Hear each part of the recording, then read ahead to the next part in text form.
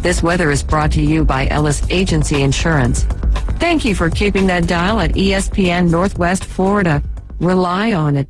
Hey there, business owners. Do you feel lost in a sea of numbers, struggling to navigate your day-to-day accounting? At Lighthouse CPAs, they specialize in guiding businesses to make more money and keep more of what you make. From bookkeeping to tax planning, they've got you covered. Plus, with their user-friendly software, managing your finances has never been easier. Spend less time on paperwork and more time growing your business. Call Lighthouse CPAs 850-785-5254. If you spend any time at all in your yard, you're going to encounter fire ants. We know they can ruin a party. That's why we're this area's experts at fire ant elimination. As your certified top choice professional, we will rid your yard of these unwanted invaders. Brock Pest is so sure they'll get rid of fire ants that they offer a 1-year guarantee. Enjoy your yard fire ant free. We guarantee it. Give us a call for your free consultation. Brock Lawn and Pest Control, our family protecting yours since 1968. Turf Pro Lawn and Pest Control. They take pride in caring for their customers' property by providing lawn and whole house pest control. Whether you have roaches or any other unwanted bugs in your home, Turf Pro has you covered. Or if your lawn needs weed control, fertilize, insect control, Turf Pro has you covered by providing custom treatments to meet your property's needs. No property is the same, so why should it be treated that way? Turf Pro, where the blue and yellow trucks make your lawn green. Call 850-890-5820. Bestway Portable Buildings has been your portable building specialist since 1989. Before you invest your hard-earned money someplace else, owner Jason Mulder invites you to stop by Bestway and get a quote on just about any size building. And whether you buy with Bestway or not, it's worth the trip just to meet Bestway Buddy. Say hello, buddy. Good boy. Bestway Portable Buildings, just north of Harts Marine on 231, and online at bestwayportablebuildings.com. The best in portable, period. Tell them Buddy sent ya. Do you use the expensive blue or yellow pills to charge your sex life? Are you thinking about it? What if we can promise you the same results for less than $3 a pill? If you're paying $20 a pill for the other pills, you're getting taken to the cleaners. Our pills deliver the exact same results for less than $3. You'll save more than $16 a pill for the same results. And right now, radio callers will get 44 blue or yellow pills for $120 with free discreet shipping. You can save more than $700 off pharmacy prices. Charge your sex life now and save a ton of money. Call now and get your 44 pills and save over $700 and qualify for free shipping. Stop overpaying and call right now. Paid for by Steel Man Pills. 800-261-7365. 800-261-7365. 800-261-7365. That's 800-261-7365. WPLQ Port St. Joe, WGSX Lynn, powered by Panama City Toyota. ESPN Northwest Florida. It's the next evolution of Sports Talk Radio. The biggest stories and the biggest reactions. Now. And now, we're taking... With the first pick. This is the last ball you got to bet. The Inside Drive. From college to the pros. Interviews with the newsmakers, sports betting, your phone calls, and more. And now, The Inside Drive with Ryan Mulvey. Broadcasting from the Bill Kramer Chevrolet Buick GMC and Kramer Marine Outdoor Studios on ESPN Northwest Florida.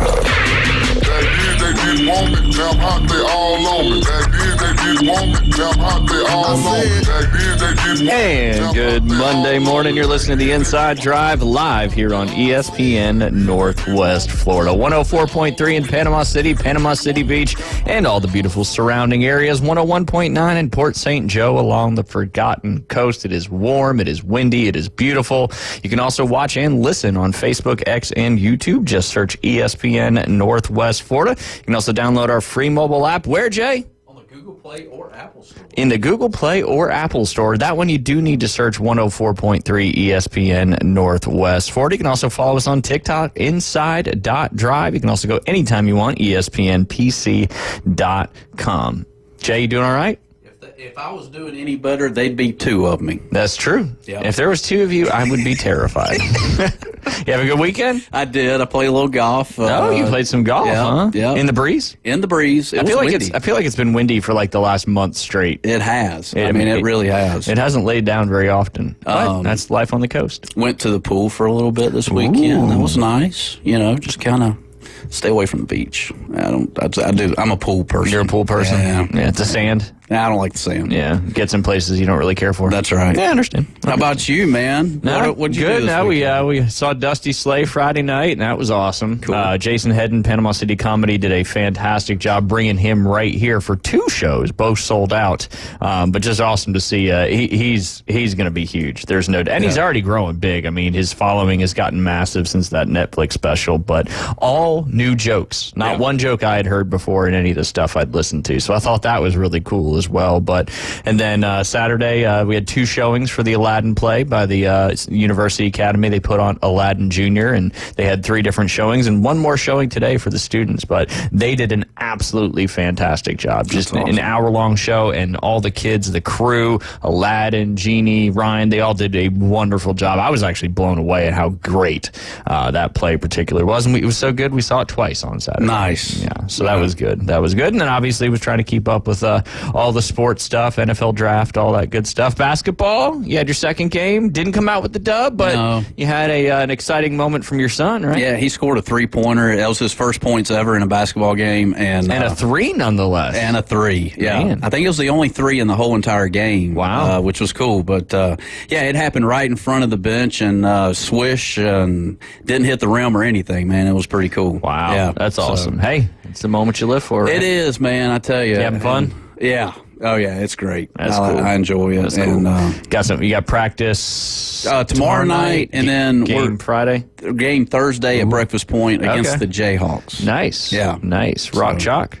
Yep. Ooh, nice. What, y'all are the Bucks? We are the Bucks. We are the Bucks. We are the Bucks. I like that. Did you give a big pregame speech last Friday? Tried to. It's just, man, it's kind of tough because like there's a game coming in. Yeah. You don't have a lot of time. Yeah, you don't have a lot of time. You got like 3 minutes. Turn and burn. Yeah, but you got to be efficient with your words. You do. You do. Absolutely. No doubt about it. You know what's Wednesday? What's that?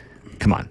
Wednesday, May 1st. 1 year anniversary. 1 year anniversary. It's pretty hard to believe we've been almost doing this for a whole year. I mean, some of us have been doing it for the entire year, some of us not. But you've been here for most of the ride, and we appreciate that. With that being said, we'll launch it on Wednesday, and we're going to do a 1 year anniversary giveaway. It's going to have some. It's already got some really awesome prizes. It's going to be a social media giveaway. We're going to do kind of a share it to win it concert where you got to like our Facebook, like our Instagram, share the post, tag 3 people, and as of right now, we'll do an Inside Drive T-shirt and hat. We'll have a $150 gift card from Firefly, a round of 2 from golf from Bay Point. American Charlie's is also going to do $100, and Bill Kramer GM is throwing in a full card detail. I've got a half an hour. We'll go an hour. Full hour lesson from you. And then also I'm going to be picking up a few things from some other local businesses. I'll have all the full details coming up on Wednesday, but that's something you're not going to want to miss because there's just going to be a ton of stuff in this giveaway. Appreciate, obviously, our sponsors, but appreciate some other local businesses jumping in as well. We'll talk about them as it gets closer to the giveaway. But yeah, 2 days away from our 1 year anniversary. And now we got shirts. Time flies when you're having fun. Lots of fun here on the Inside Drive. No doubt about that. And speaking of fun, Jay, we need a poll question, a fun poll question. Whenever you ask me about poll questions, it somehow ends up being a sports poll question. But when you give us the poll question, usually has to do with the potty. We typically back into these things as we kind of talk it out. Does anybody sit backwards on the toilet when they're going number 2? Yeah, that way you can lean your head down or eat a bowl of cereal. I think a comedian. Only when I've got a really good article in the Reader's Digest. There you go. That way you got something to put it on. You ever thought about that? I think a comedian had brought that. I don't know what comedian, but it was a comedian that said that. Huh. So you sit backwards. You got a place to, eat cereal. You can do more than one thing at one time. And, you could put something down on it. You could lay out your breakfast, whatever it may be.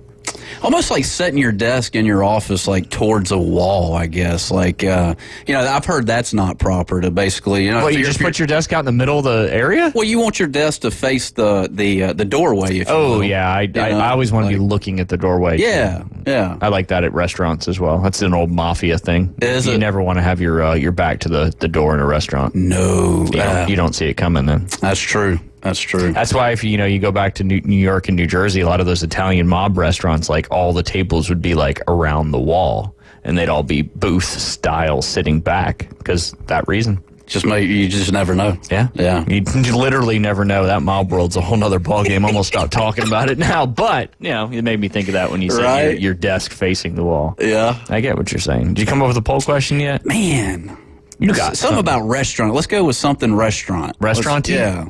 Restaurant-y. Okay. I don't know why. I just have restaurant on my mind. All right. Now that we've... lemon or no lemon in your water? Right. It's kind of bland. Yeah, that is kind of bland. I don't really care. Do you send your food back if you don't get what you want, how you want it? Ooh. That's a good one. Yeah. And if you're with somebody that tells them to tell you, that tells your person to tell you to send it back, that's a whole other ballgame. Right. That's a good one. I don't, because I've watched Road Trip a couple of times, and the alfalfa sprouts don't. Yeah. I guess I would have to say it situationally. Right. Like, if it's you didn't ask for tomato and a tomato comes, that's not a big deal. You can take it off. But like if you get mayo and ketchup and you can't really take that off. True. But it also depends on the situation. Now, if you get the complete wrong thing, that's a different story. Yeah, there you go. But yeah, no, that's an interesting one. I think as long as it's fully cooked, I'm good to go. Like one time I went to this restaurant and ordered some sushi and they brought me out some raw fish. I was like, what in the world is this? I wanted steak and french fries in this seaweed. Coming from the guy that used to roll it. Limp Biscuit over there. But yeah. That would have been a really good sushi roller name. But hello, I'm Limp Biscuit. I'm the same way, man. I'm the same way. I'll eat whatever brings my way. Yeah. I can't. I don't know why. It's like you're messing with my food. Like, yeah. That's an interesting topic. I mean, that could go far beyond, your food and different things, but, certainly a good one, that's for sure. It's coming up this weekend. You got to talk to your boy Steve out there at Bay Point. Is it Bike Week? Yeah, well, it is Bike Week here, but I'm in the sports world. Oh. Big one. Horses. First leg of the Triple Crown, and that is the Kentucky Derby up there at Churchill Downs. We'll be talking about that throughout the week, and we'll have Alan Sandage, who's actually going to be live from Churchill Downs on Friday with us as he's got his media pass now with ESPN Richmond. He's heading down to a bucket list place that a lot of people would love to go to, and that is the first Saturday in May. The race will begin. Do you have to wear certain things there? Can you just go do you have what's the attire? I mean, girls wear nice suits and guys wear great hats. Yeah, I got you. Yeah. So make sure you get you a big floppy hat for this Saturday. Floppy hat, not a Tilly hat. You remember the Tilly hats? Did you sell those in any of the golf shops you worked at? Really? I don't even know what a Tilly hat is. They had a lifetime guarantee. Did they? Yeah, it's a great hat. If you looked it up, you'd know exactly what I'm talking about. I had a lot of members that would buy Tilly hats, and the only thing about a Tilly hat is you don't get a lot of repeat customers because it did have a lifetime guarantee. So anything that happened to that hat, you could send it back to Tilly, and they'd send you a new one. You're welcome, Tilly, for the plug. That when you said floppy hat, it kind of made me think of that a little bit. Kind of like a Crocodile Dundee type. Yeah, for sure. And they had different styles and different brim widths and all that good stuff. But we're excited about the Kentucky. It looks like a J hat. It does. Yeah. I'm surprised you don't wear more of those. Over 40, it seems like if you can pull this off if you're over 40. Yeah. That's what Jay said. There you go. Me and David are not. That's right. But you, in fact, are. Right. So I expect you to be wearing one here shortly. Yeah. Mm-hmm. Keeps that sun off your ears. It does. I probably need that. I don't know. When you were at the pool yesterday, did you put on sunblock? I did. What? SPF 65. It was expired, though, Ryan. It was expired. SPF 65. You don't usually see, you see 15. You don't usually see them on the 5s past 30. And you already kind of have like a natural... well, you don't use it when you teach. Sun lotion. You say, I never put it on when I teach. Mm-mm. But you did when you went to the pool. Oh, yeah. Because there's water around. Yeah, that makes sense. Yeah. The reflection. That's it. I don't know. That's confusing. It is very confusing. I do know some people that don't use it at all. I don't. Because they think that it actually does the effect of what sun does. I mess with people and say that sometimes, but I just... No, I know people for real that think that. I get like one burn a year. It's your base layer. And then, right after that, though, like the other day playing pickleball with y'all and I was kind of red afterwards or whatever, but in the morning it's all brown at that point. Yeah, it depends on your tone and your if you got a Native American in you and that kind of stuff. And, yeah. Red and white. When you mix those two colors, that's brown. Does that make brown? You get blue. You get blue. Yes, sir. And then you get the American flag. That's right. Red and white don't make blue. Just FYI. Oh, okay. I would imagine that would be pink, right? Red and white, maybe pink. Red and white make what? Pink. Pink? Yeah. No, that's 100% a fact. Yeah. But was it green and yellow? I think that makes blue. Makes blue. Now, thank you, Ralph. Ralph's always got it under control, that's for sure. Man, there's so much to talk about today. I know we're going to get some callers as well, but we'll have Aaron Beard. We didn't have him last Friday. He's going to be joining us when Keith just sent a good question, and we'll save that one maybe for Keith's Day on Wednesday as a poll question. Yeah, and it's a bathroom question too. It's a good one. It's a good one. We'll dive into that one on Wednesday, that's for sure. But yes, we'll have Aaron Bearden coming up at 12:20. He'll be joining us. We didn't have him last Friday. I got some questions now that the draft is done and you had guys go early, Caleb Williams of the world. If you had a Caleb Williams card, just because he was the first overall pick and some of these other guys that got drafted, does that increase the value of whatever cards they may or may not have? They had their RIP night this past Saturday, and I know they've got the big JSA coming up. May 11th is right around the corner. When we first started talking about this, it felt so long ago, but it's really, really not. Any spots left in your summer camp? There's a few spots left, yeah. In all of them? Mm-hmm. There you go. There you go. Remind everybody when those dates are. Not to put you on the spot. I figured you'd have it in your head by now. Yeah, I haven't. golfwithjay.com. You can go look at it and see. There you go. But don't do it while you're driving. No, don't do that. Jay's going to get it here for you in just a second. A couple local sports updates while Jay's getting that information. Wanted to give a shout out to Chance Jenkins. This past week, he signed his official scholarship there to play football at the next level. I believe he's going to Southern Miss. But, he had one of the most impressive seasons as a Bay County athlete ever. Arnold Senior Chance capped off by signing a D1 football scholarship on Friday. As a junior, Jenkins was a rising star with the Marlins football team. Moving into his senior year, he was looking to optimize his talents and decided to transfer to a program on the rise and help them lead to a great season, and that was your Bozeman Bucks there, Jay. They had their best season in program history, reaching the Class 1R Final Four. It's been really exciting. It's definitely been a journey, to say the least, from football, to transferring over to Bozeman, going 12-1 with that school, and doing what we did was super exciting, he said. After the fall semester, Jenkins transferred back to Arnold to compete with the Marlins, went with the multi-state championship winning weightlifting program. He earned a bronze medal at state as a junior, and he said he came back looking to finish what he started. We already reported on that. He did go on to win the state championship in his weight class on there. But on Friday, he did sign a D1 football scholarship with Coach Hale's alma mater, and that's Southern Miss University. So congratulations to Chance on an awesome high school athletic season, and good luck to him as he moves on to the next level. Very cool. Good stuff there. He was briefly on our adult flag football team last winter. That's right. If you remember that or not. Yeah. I understand, because he's, you got to put yourself in, it would have been cool to have him, but you know what? He's gone on to bigger and better things. You never would have known when it happened in flag football. Right. Something bad could have happened, and you ended up, having not this opportunity. You got that right. Right. We suffered, but great to see him going on to Southern Miss. Did you get your dates? All right, yeah. June 11th through the 14th is ages 7 to 10, and then June 18th through the 21st, also ages 7 to 10. And then if you have an 11 through 14-year-old, at June 4th through the 7th, and July 9th through the 12th. So those are your 4 different opportunities. Yeah. But you can go to golfwithjay.com, click on Student Clinic Booking, and then you'll see those dates alongside. Make sure you add that as a favorite, too. Yeah. Whether it's in your browser or whatever. Go favorite it. That way you can just boom right there. Golf.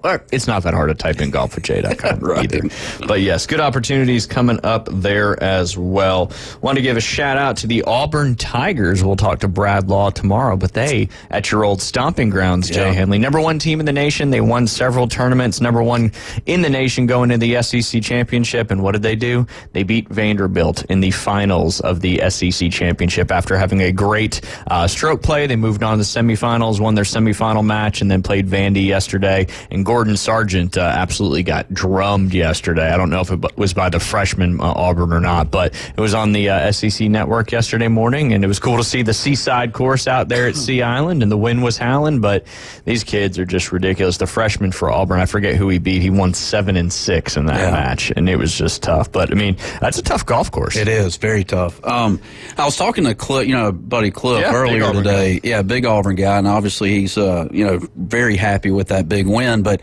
Gordon Sargent hits the ball so long, Ryan, and there's a lot of short par 4s on that Seaside course, and what Cliff was telling me, I didn't get a chance to watch it, but he was bombing driver down there at 330, right? Yep. Well, there's a lot of par 4s that are 370, and he was leaving himself in a lot of these waste bunkers where he just couldn't get up and down. He's got to find the fairway. And, I know long is good in this game, but those guys got to reel it back in a little bit. Well, in that golf course, I mean, there's not a lot of room to miss, even around those green complexes. They seem to be very raised up, and a lot of false fronts and edges, and you go long or left and right, it can be really penalizing. Yeah. And, the guys hitting it the straightest certainly had the best advantage, that's for sure. But congratulations to the Auburn Tigers, the number 1 team in the nation. At least you got something going. The baseball team's not doing so good. The football team's on the up and up. The equestrian team's always been good, but the men's golf team been number 1 a lot this year. And equestrian, you say? Equestrian, yeah. They're like back to back to back to back or something. National champions in that, yeah. Oh. There may only be one other school in the country. No, I'm just kidding. There's plenty of them do it. But yeah, Auburn's got a long history of great equestrian teams there. Very cool. You know what equestrian has to do with?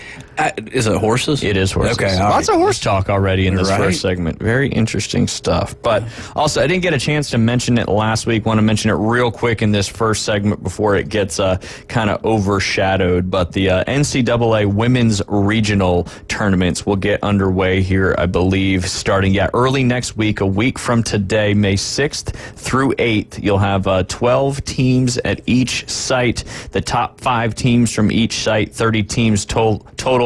And the low individual not advancing on a team will move on to the national championship out there at the course that's just being reopened just for this national championship. But you've got the Auburn regional site, you've got the Bermuda Run regional site, you've got the Bob Bryan regional site out there hosted by Texas A&M University, you've got the Clell-Ellum site there. That's hosted by Washington all the way out there at Tumble Creek Golf Club. Great place there to play. East Lansing, you know where that is, Jay. That's up there where Michigan State plays. And then the last one is the Las Vegas Regional. Florida State is playing in that Las Vegas Regional. That's at Spanish Trail Country Club in Las Vegas, Nevada, and they are the number 4 seed in that regional. That's hosted by UCLA. You got Arkansas 2, Arizona 3, Florida State 4, and the list goes on. But we'll keep you updated on that. Hopefully the Florida State Seminoles have a great run in that regional and move on to the national championship again, as we'd love to hear from them. But Auburn on the women's side is also hosting a regional. They are the number 2 seed in that particular regional behind South Carolina. But that'll be up there at the Auburn University Club. So good friend of mine, superintendent up there, Ryan Dykes, does a wonderful job, and he's excited to host that regional. That is for sure. Jay, when we get back, you want to start talking about some of this NFL draft action? Yes, there you go. Did you pay attention to any of it? No. That's okay. That's what we're here for. Every Monday, it's a recap, not only for the listeners, but for you as well. Yes, sir. You're listening to The Inside Drive live here on ESPN Northwest Florida. We'll be right back. Swing and a miss. Struck him out. That's number 10. The Atlanta Braves on ESPN Northwest Florida. Charlie Morton, Max Fried, and Chris Sale lead the Braves' dominant pitching rotation. That's 18 up, 18 down. Sponsored by Panama City Toyota, Ellis Agency Insurance, Bestway Portable Buildings, PCB Hobby, and ESPN Northwest Florida. Got him swinging, strike 3. Good morning. This is Joanna on ESPN Northwest Florida with your forecast on this Monday. Mostly sunshine this afternoon and evening with a moderate breeze around 14 miles per hour coming out of the south-southeast, and look for the high to be 79. Tonight, there will be a variety of slight fog and partly cloudy skies with the temperature reaching 69. This weather is brought to you by Ellis Agency Insurance. Thank you for keeping that dial at ESPN Northwest Florida. Rely on it. Do you use the expensive blue or yellow pills to charge your sex life? Are you thinking about it? What if we can promise you the same results for less than $3 a pill? If you're paying $20 a pill for the other pills, you're getting taken to the cleaners. Our pills deliver the exact same results for less than $3. You'll save more than $16 a pill for the same results. And right now, radio callers will get 44 blue or yellow pills for $120 with free discreet shipping. You can save more than $700 off pharmacy prices. Charge your sex life now and save a ton of money. Call now and get your 44 pills and save over $700 and qualify for free shipping. Stop overpaying and call right now. Paid for by Steel Man Pills. 800-261-7365. 800-261-7365. 800-261-7365. That's 800-261-7365. Broadcasting from the Bill Kramer Chevrolet Buick GMC and Kramer Marine Outdoor Studios. He gives out raw scallops and Time magazines for Halloween. Jay is part of the Inside Drive. ESPN Northwest Florida.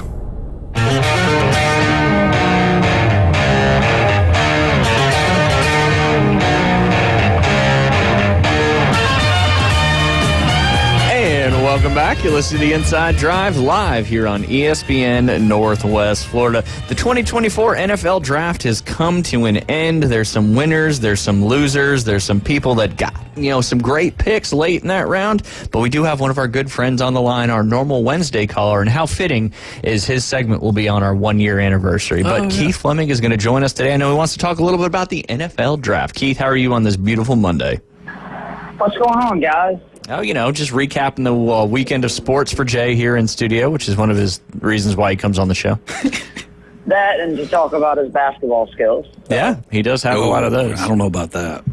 Yeah. Come on, Jay. You just got to get back into, playing shape for him. It's like Shaq in the early 2000s where everybody knew that early in the season he was going to look a little sluggish. He wasn't going to look that impressive. But once he worked his way back into shape, he would be dominating.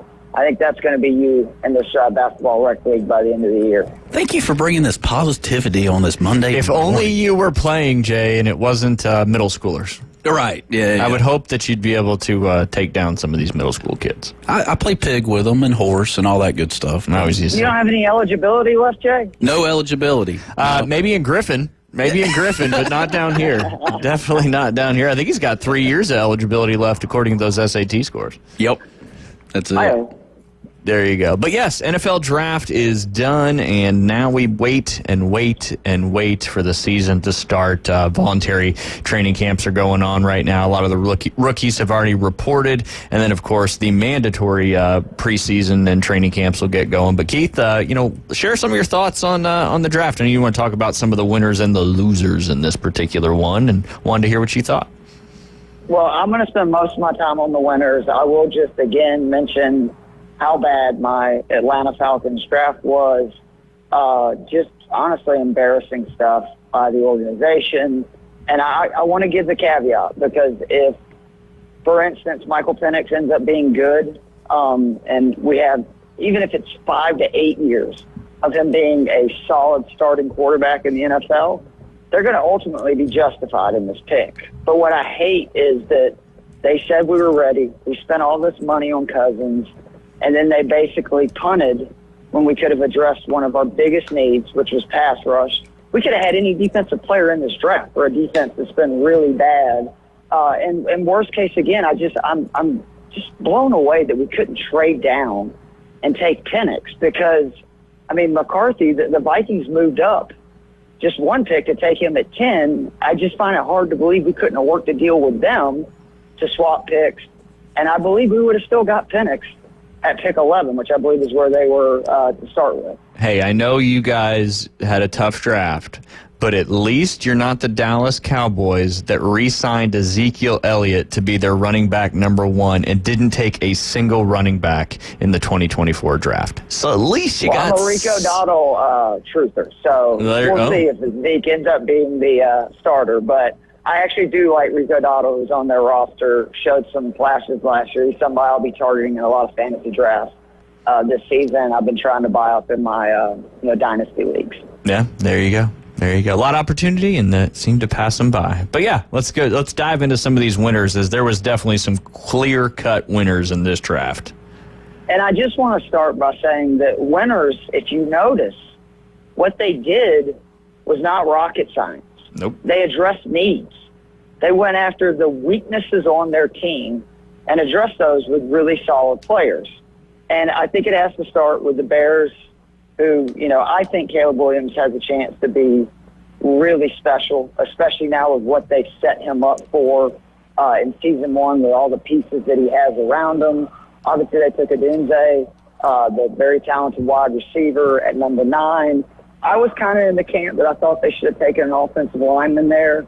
But the more I think about it, with Keenan Allen's injury history, I think it made a lot of sense to take Odunze there, especially when he is somebody who really thrived in the slot, which is, obviously where Keenan Allen plays most of the time. And if we get a Keenan Allen season like we've now had for the last 4 or 5 years, he's going to miss some time. So now you have DJ Moore, Odunze, you obviously got, like Cole Kmet, you got DeAndre Swift. They got actually several running backs that looked pretty good last year.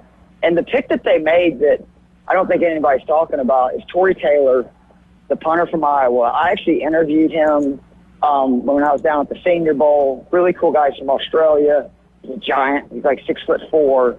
But I watched him, obviously, after interviewing and getting to know him a little bit better my second night there. And, this guy just consistently punts 50, 60-yarders, corner coffin kicks, right out at the 3-4 yard line. Somebody that can really flip field position at a moment's notice.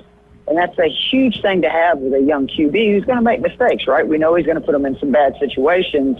And to have a punter who can bail them out, I think is such a huge weapon. And just a reminder, Iowa was one of the best teams in the country this year, despite not being able to score points. A big reason for that, everybody talked about the defense, which is fair, but it was really Taylor who actually got Player of the Year votes for the Big Ten this season from the punter position, which is really just wild if you think about it. Yeah, their offense was not very good, but their punter got a lot of practice, and I think he'll be ready for the NFL. But according to Caleb Williams, he's not going to have to punt a whole lot, but time will tell on that one. Welcome to the league, kid. Exactly. The Cincinnati Bengals, who, don't get me wrong, their picks were relatively risky for sure, but if they hit home runs with 3 of their first 4 picks, this is a team that we know is set up to win now. Mims from Georgia is just an absolute monster. The only reason they were able to grab him, in the kind of, 15 to 20 range in the draft was because he only ended up starting 8 games in his career at UGA, but he only allowed a pressure, I think it was on 3% of dropbacks when he was in there, and he has the, size, talent to just be, a blanket for a quarterback who has been injured a good bit in his career. And then Jermaine Burton, who obviously I know from his time in Georgia, he also did well for Alabama. I think he's a good wide receiver to add to them, whether they keep T. Higgins or they ultimately trade him. And then the guy that I really like is Eric All, the tight end from Iowa. Now, he's another guy that's got a ton of injury concerns, so he's got to stay healthy. But from an athletic standpoint, I think he has a chance to be the second best offensive weapon tight end in this draft by a significant margin if he can stay healthy, because this dude can ball. He's somebody who can really get open. He's very athletic, similar to Bowers. He's good after the catch. He moves really well. And he's a big guy, so I really like those picks that they made. In their same division, the Steelers, again, addressing needs, got 2 stud offensive linemen right off the bat with Fatanu from Washington and Frazier, the center from West Virginia, and then added one of my favorite wide receivers in this class, Roman Wilson. We know the Steelers' history of just basically any wide receiver they take is going to be so much better than the Salt. And then finally, like the Eagles, who again, they might have been the number one winner of this draft. Right? Like, and I mean, this is as much as that pains me to say. Teams like the Eagles win, and teams like the Falcons lose. As we took Penix at 8, and again, I like Penix a player, which is one reason I hate bashing the Falcons, on selecting him. But it's the circumstances and where we selected him. You look, the Eagles were patient, were able to get arguably the best corner in the draft, and Kenan Mitchell, and then followed up with Cooper DeJean, who both people think are going to be one.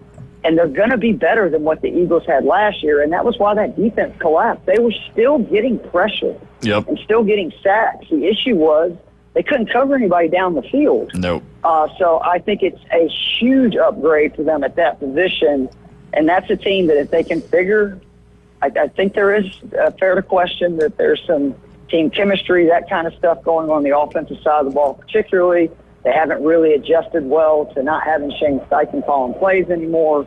But if they can do that, I think that their defense is going to be much better next year because they still have all these, stud defensive linemen, guys on the line, tackle, even with the loss of Hassan Reddick. And I think that they could be a real contender again instead of the pretender they turned into at the end of last year.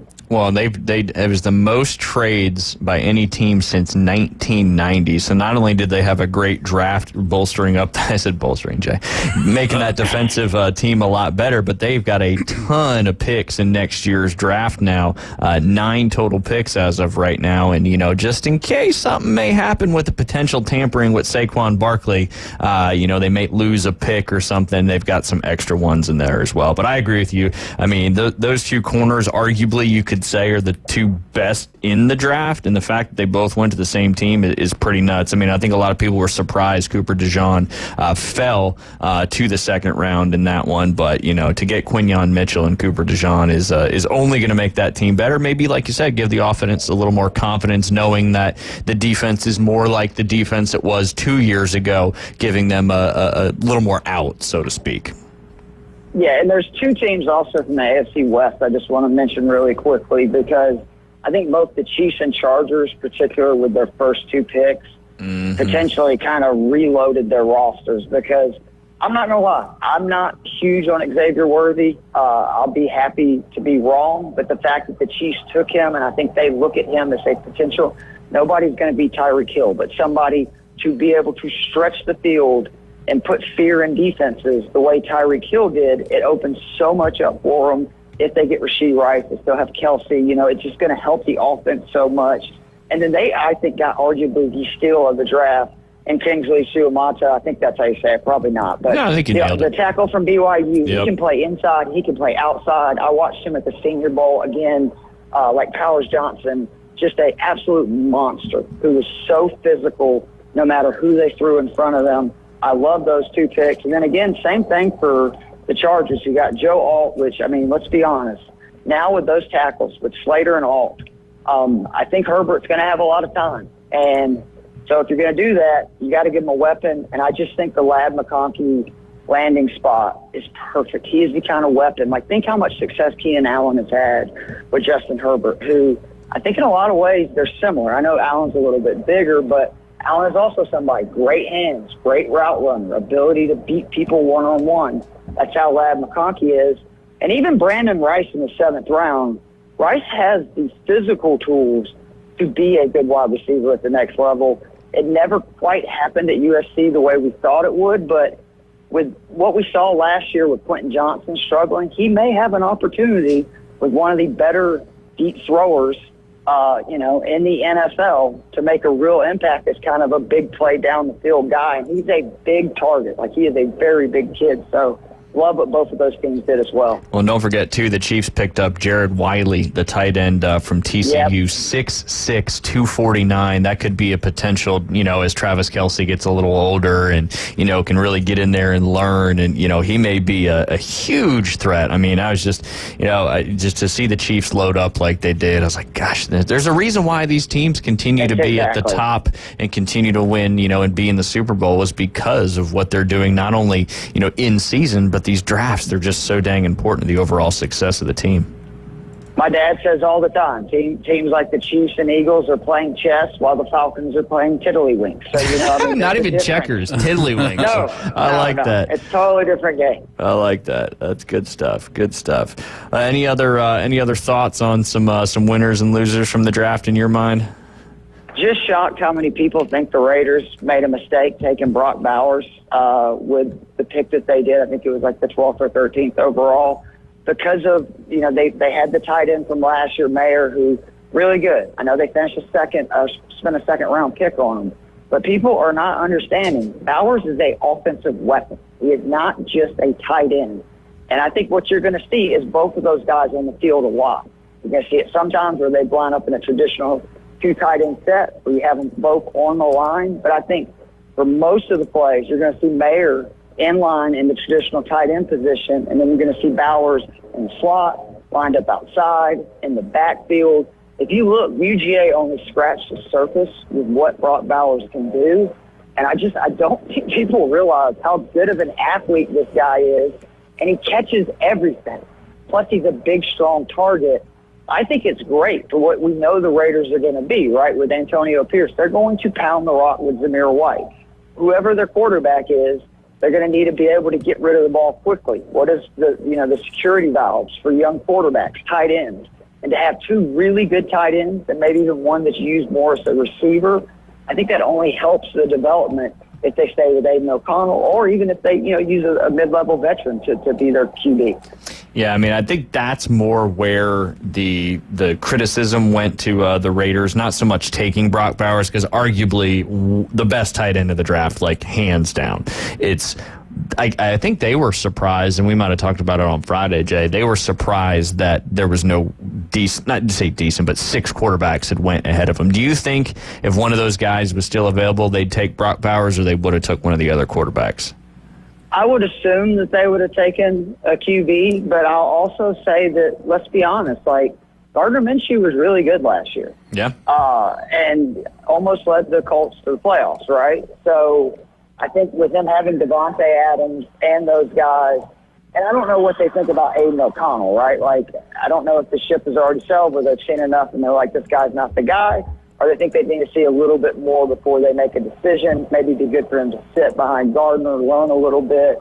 But to me, if you're going to take a QB top 15, it's a deal of if you believe he's the guy, you almost have to take him, right? Yeah. But if you don't, I think it's almost just as big of a mistake to just take a QB for QB's sake, and it could end up being an issue. Having said that, I don't like Bo Nix. I like where Bo Nix went. And I think that's a very good situation where somebody like Sean Payton is not going to ask him to do any more than what he is capable of doing, which is my big issue with Bo Nix. He's very good at running an offense. He's very good at hitting short passes, getting the ball out quickly. When he has to make more quote-unquote plays, that's when you see issues. And I just see this team, probably with Javonte Williams, another year back from the leg injury, probably running it a little bit more and really building an offense that is going to highlight what Bo Nix can do, because he does have some skills, and obviously being 45 years old, he's got experience. Oh yeah, so. Absolutely. But like you said, I mean, if he's putting on him no more than he can handle, then he's got some opportunity to succeed in there. But as we talk about all the time, statistically, it's 20% or less of these first round quarterbacks that go on, to still be starting in the NFL 3, 4, 5 years down the road. So obviously some of these guys are going to work out and some of them aren't. So, the Raiders taking Bowers may be a good percentage thing. And then you saw your next quarterback not get drafted until the 5th round when the New Orleans Saints took Spencer Rattler, which was kind of crazy to see the drop off. I hate that, man, because I like Rattler. I actually think he's somebody with real talent and could at worst be a good backup QB. And of course he goes to the team that I hate more than any team in the world. There you go. That NFC South certainly changing a little bit, but hey, we all start 0-0 going into the next season, and looking forward. Now we know here in the next couple weeks, they don't ever tell you the exact date until it gets real close when the schedule will be announced. Obviously they know the home and away opponents, but not when they're being played. Hey Keith, we've come up to the end of our segment. We look forward to talking to you on Wednesday, our 1-year anniversary of the Inside Drive. We appreciate everything you've done with us and brought to the table. I'm just super proud of the job that you guys, David, everybody in the show. It's a wonderful show, and I'm just very thankful to be a small part of it. So you guys keep up the great work, and I will talk to you guys Wednesday. We'll talk the Colonial. The Colonial is Texas coming up. And maybe we can speak a little bit about Rory and why he's so much better in team format than he is in individual play. Absolutely. Playing against a bunch of people nobody's ever heard of. I'm just kidding. Yeah, but he hit some great shots. Oh, he did. No doubt about it. He carried Lowry to that title. He's a team guy, no doubt about it. That's why the European Ryder Cup team's so tough to beat, especially in Europe. But, Keith, we appreciate your time, and we will talk to you on Wednesday. Sounds good, guys. Take care. Y'all are listening to the Inside Drive live here on ESPN Northwest Florida. When we get back, we'll talk a little bit more about the NFL Draft.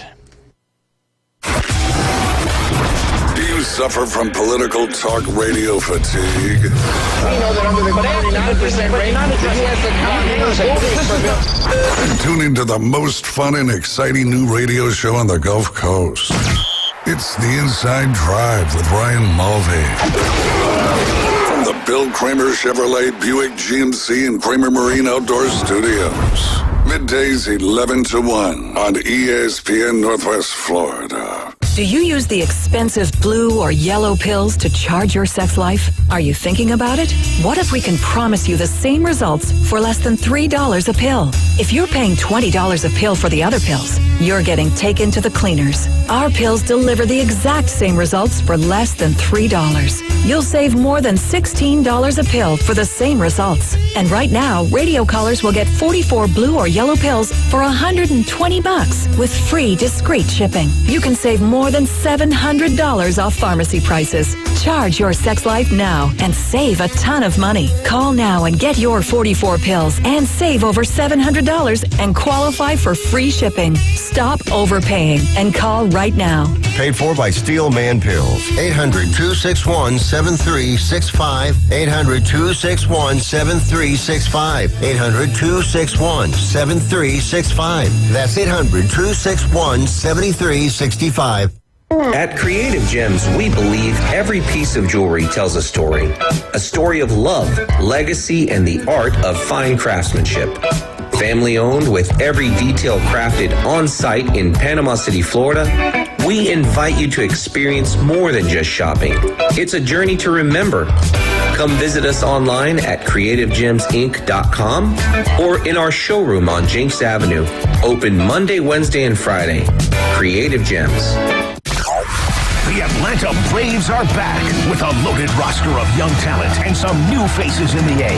It's going to be another wild season. 3-1 hit high in the air to deep center field. Here it comes. Home run right over the wall. Tonight, the Braves head west for some late night baseball as Ozzie Albies and the Braves roll into T-Mobile Park to take on the Seattle Mariners. Coverage starts at 7:25. First pitch 8:40. Right here on your home for the Atlanta Braves on the Gulf Coast. ESPN Northwest Florida. Back to the Inside Drive with Ryan Mulvey from the Bill Kramer Chevrolet Buick GMC and Kramer Marine Outdoor Studios. It's alive! Look alive! We're alive! On ESPN Northwest Florida. And welcome back. You're listening to the Inside Drive live here on ESPN Northwest Florida. Jay, talking the NFL Draft. Whew. How'd your team do? My boy Cole Bishop ended up with the Bills. There you go. So how about that? You're happy. Yeah. Happy. See, you did know something that happened from the draft. That's the only thing I know. Hey, better than knowing a lot of nothing. That's right. You know one good thing. There you That's go. all that matters. And Michael Penix being the number 1 overall pick, right? Yeah, Right. It's close. That's right. So close. Yep. Although surprising. So you had something going on there in the universe with Michael Penix. You had kind of called it. And I did. That certainly did happen. Couple fun facts from the draft, because you know I love fun facts, Jake. Right. I feel like you love fun facts. I do. The first round of the NFL draft averaged 12.1 million viewers. That's more viewers than the 2023 World Series games, all 2023 Stanley Cup Finals games, 4 out of the 5 NBA Finals game, and every 2023 college football regular season game but 1. What's that tell you? NFL is doing pretty well. NFL is the one that moves the needle. Yeah. That is for certain. Caleb Williams broke the draft record night jersey sales for any draft pick in any sport, and it was just recently a new record by Caitlin Clark the week prior when her jersey sales broke the all-time record. Caleb Williams has officially broke that record now as a Chicago Bear, being the number 1 pick this year. College football programs with the most running backs drafted since the year 2000. Who do you think's number 1? Alabama. You got it. Yes. Wow. Who do you think's, that was kind of easy. Yeah. Who do you think's number 2? SEC? SEC. Georgia. No. Close. Number 3 is Georgia. They've had 15. Alabama's at 18. Man. Florida. No. Florida's on the list, but tied for 10th. Is it one of the newcomers, Texas or no, it's not. They've won recent national championships. They've had 2 Heisman Trophy winners in the last 5 years, maybe 4. It's not Vandy. Yeah, Vandy, the running back powerhouse. I'm just in the process of elimination here. They've won 2. They've had 2 Heisman winners. They won a national champion. Arguably the best offensive team in college football history. The year they won the national championship. And this is the SEC team. Yes. Go ahead, David. No, we're going to keep playing this game. Ole Miss. No. I have no idea. No, but you're on the right side of the division when there were divisions. Yeah, when there were divisions, they were in the SEC West. Auburn. No, but they are a Tiger. Yes. Missouri? No, but they're not on LSU. LSU. You can't leave out LSU. I totally. Besides Alabama, LSU is one of the bigger SEC teams around here. I forgot about LSU. There you go. LSU has had 16 drafted since 2000, and Georgia number 3. Auburn, surprisingly, number 5 there, but they've had a lot of good running backs in the last 25 years. They've had 12. Miami has had 12. You know who's number 4? Not SEC. This conference does not exist anymore. Well, it does exist, but there's only 2 teams left. Pac-12? Yes. Yes. Think of who just got his Heisman reinstated. Oh, yeah. That's like I can't give you a bigger hint I know, without right? saying the USC. name. Yeah, there you go. There we go. Yeah. They've had 14 drafted since 2000. Miami, Ohio State, and Oklahoma all have had 12. Wisconsin 10. Arkansas with 9. Florida with 9. Florida State with 9. UNC with 9. And Virginia Tech all tied with 9. I just love fun facts when it comes to the draft and everything else, that's for sure. All right, this is kind of a crazy one. And this has nothing really to do with the draft, but kind of. But this was a couple days ago. After that day, the 2022 Texans-Browns Deshaun Watson trade is now finally complete. Everything that the Texans got has now come to fruition. 2022, they had a first-round draft pick. That became guard Kenyon Green. Also in 2022, a fourth-round draft pick. That became Dameon Pierce, the running back. Last year, the first-round pick became defensive end Will Anderson Jr., who went on to be the defensive rookie of the year. Also, third-round pick last year, wide receiver Tank Dell is okay after being involved in a shooting there in Florida. And then this particular year, 2024, they got their first-round pick, traded it back to Minnesota, got a second-round pick, got Kamari Lassiter, and sixth-round pick linebacker Jamal Hill, and also the 2024 fourth-round pick became safety Caden Bullock. The Browns, all they got was Deshaun Watson and 2024 sixth-round pick included in the Jerry Jeudy trade. So that is officially done. He didn't play a whole lot last year, still made it to the playoffs, but we'll see what he brings to the table this year with that massive trade that they made. And they played 4 quarterbacks last year. And Joe Flacco was the one playing in the playoff game. So interesting. All right, what's another good one here for you, Jay? Last 10 drafts, most players taken by position. Quarterback, last 10 drafts, what university? There's been 4. 4 universities. Just think logically. You got this. Oh. Come on. You got this. Alabama. No.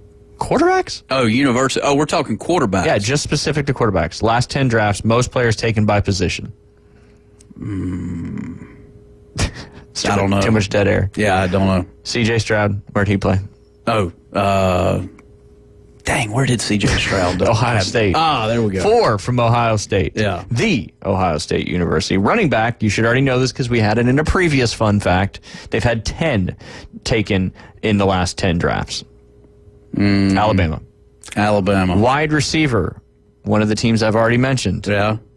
You got this? I have Ohio no idea. State, 13. Tight end, Notre Dame and Georgia are tied with 6. Offensive linemen, that's Bama, Ohio State, UGA, all tied with 14. Defensive end, Michigan at 11. Defensive tackle, Bama with 12. Linebacker, Bama, UGA, and LSU with 10. And the defensive back, Alabama has had 15 taken in the last 10 drafts. Everybody's always trying to claim who's running back you, who's defensive back you, who's offensive, who's quarterback you. And the SEC and the Big Ten seem to be dominant in that. 2024 draft picks by conference. Number 1. SEC. Bingo. 59. Number 2. Big Ten. No. Surprisingly, the conference that only has 2 teams left in it. Pac-12. Pac-12. They had 43 draft picks. Big Ten, number 3 with 42. Who was 4th? Power 5. Think logically. ACC. There you go. 41 total draft picks. Big 12 had 31. 8 independent draft bouts out of the Power 5 conferences. The Sun Belt had 6. American 5. Conference USA 3. Mountain West 2. And the MAC Conference had 2. 2024 NFL draft picks by school. Do you know who led the draft this year? I mean, Washington had some. They did. They're up there, but they're not number 1. They're not number 1. They're tied 3rd. USC. No. USC is on the list, but a little bit further down. Georgia. Nope. Georgia's got 8. This university had 13. Wow. David Hayes, who had the most draft picks this year by school? Probably already knows it off the top of his head. I say Michigan. Bingo. 13 national championship Michigan Wolverines. They had a lot of people that came back the last couple of years and a lot of people that have left this year. 13 draft picks from Michigan. They led all universities this year. Number 2. Do you know who it is? Former Big 12 member. That really makes it easy. Oh, yeah. It just narrowed it down to 2 schools. Dose. You got a 50-50 shot. Name those 2 schools. Who are the 2 schools transferring or going into the SEC Texas this year? And Oklahoma. Okay, so you got a 50-50 chance. Who? Oklahoma. Don't get this wrong, and you went and got it wrong, dadgummit. Man. That 50-50 gets me every time. Just a coin flip. 50-50 raffle. And the good thing is, no matter how many times you flip that coin, it's still a 50% chance that it's going to be heads or tails. I learned that in my stats class in college. About the only thing I learned. All right, number 3. Tied for 3rd, you have 3 schools with 10 draft picks that went. Give me 2 out of the 3. You Say that one more time. Okay. We're still doing the same thing. Yeah. You got tied for 3rd. You got 3 schools that each had 10 draft picks each. Give me 2 of them. 2. We got Alabama. Yeah, there's 1. All right. They had 10. Would all 3 of these schools be SEC schools? No. Actually, they're all from different conferences. Texas. No. Because Texas was already number 2. Oh, yeah. Oklahoma. No, not Oklahoma. We're having a great show. Right. It's a hot show. We're having a good time. Put me in timeout. Florida State. Florida State. Yes. How did you get that? That was just out of nowhere. Alabama. He's Florida over here State. looking at the things on the wall. Like, well, which one of these teams would have the most draft picks? Wasn't Mississippi State. Wasn't Florida. Wasn't Auburn. Yes, Florida State, Alabama, and Washington all had 10 draft picks. Coming in next is Oregon with 8, tied with Georgia and Penn State. Notre Dame had 7. USC had 7. Missouri had 6. LSU 6. Clemson 6. Utah and Auburn both had 5. Illinois, Iowa, Kentucky, Louisiana. I was do the whole state thing that I love, but no. Illinois, Iowa, Louisville, Kentucky, Ohio State, Miami, South Carolina, and Texas A&M all had 4. A handful had 3, and then a bunch had 2 as well. And of course, you also had a lot of undrafted free agents that were signed as well after the fact. Top 2024 draft picks by Florida schools, Jay, if you were paying attention. Let's see what you got. Who was number 1 in the Florida schools? IMG. IMG. Universities. I apologize for not Florida being more State. specific. Yes, because we just told you they had 10. Who's number 2? Miami. Correct. Yes. 2 for 2. Who's number? This is where it's going to get tricky. Who's number 3? UCF. Have you seen this before? No, I haven't. Wow. I haven't. All right. Who's number 4? USF. No. Who haven't we said that's a big school? Gulf Coast. Yeah, Gulf Coast, with their football program that's non-existent. Right, I have no idea. I mean, outside of that, where else am I going? Florida. Where else am I going? Gainesville. Oh, I thought we already said the Gators. No, not in that exercise. Okay. Yeah, All right. they only had 1. I got He went to the Niners, Ricky Pearsall. I'm actually excited about that pick, but that's neither here nor there. All right. Good stuff there, Jay. Good stuff. I was proud of you for that one. Do you know who your team drafted? Cole Bishop. Good. Yep. That's about all I know. There you go. Hey, that's better than nothing. That's for sure. That's for sure. You got a real life afternoon delight debrief, right? I think so. Just trying to think about how to plan because we got the next two segments are kind of tied up. So I was going to give you your team's particular there. And that's the Buffalo Bills, right? You're not going back to the Atlanta Falcons now that they took Michael Penix, right? The more I hear from Keith, the more I'm just I'm not doing it. And you remember, we'll go over the pick 'em a little bit later on. But, hey, they didn't have a first-round pick, but they picked up Keon Coleman from Florida State with that 33rd pick in round number 2. Like you said, safety Cole Bishop from Peachtree City, Georgia. And where did he play college football? Utah. Ooh, man, he's like a stat encyclopedia guy today. Living in fast forward over there. No, that's a country song, right? It is. It is. Okay, good. I really didn't know that. Right. Round 3, you took D. Wayne Carter from Duke, defensive lineman. Round 4, Ray Davis from Kentucky.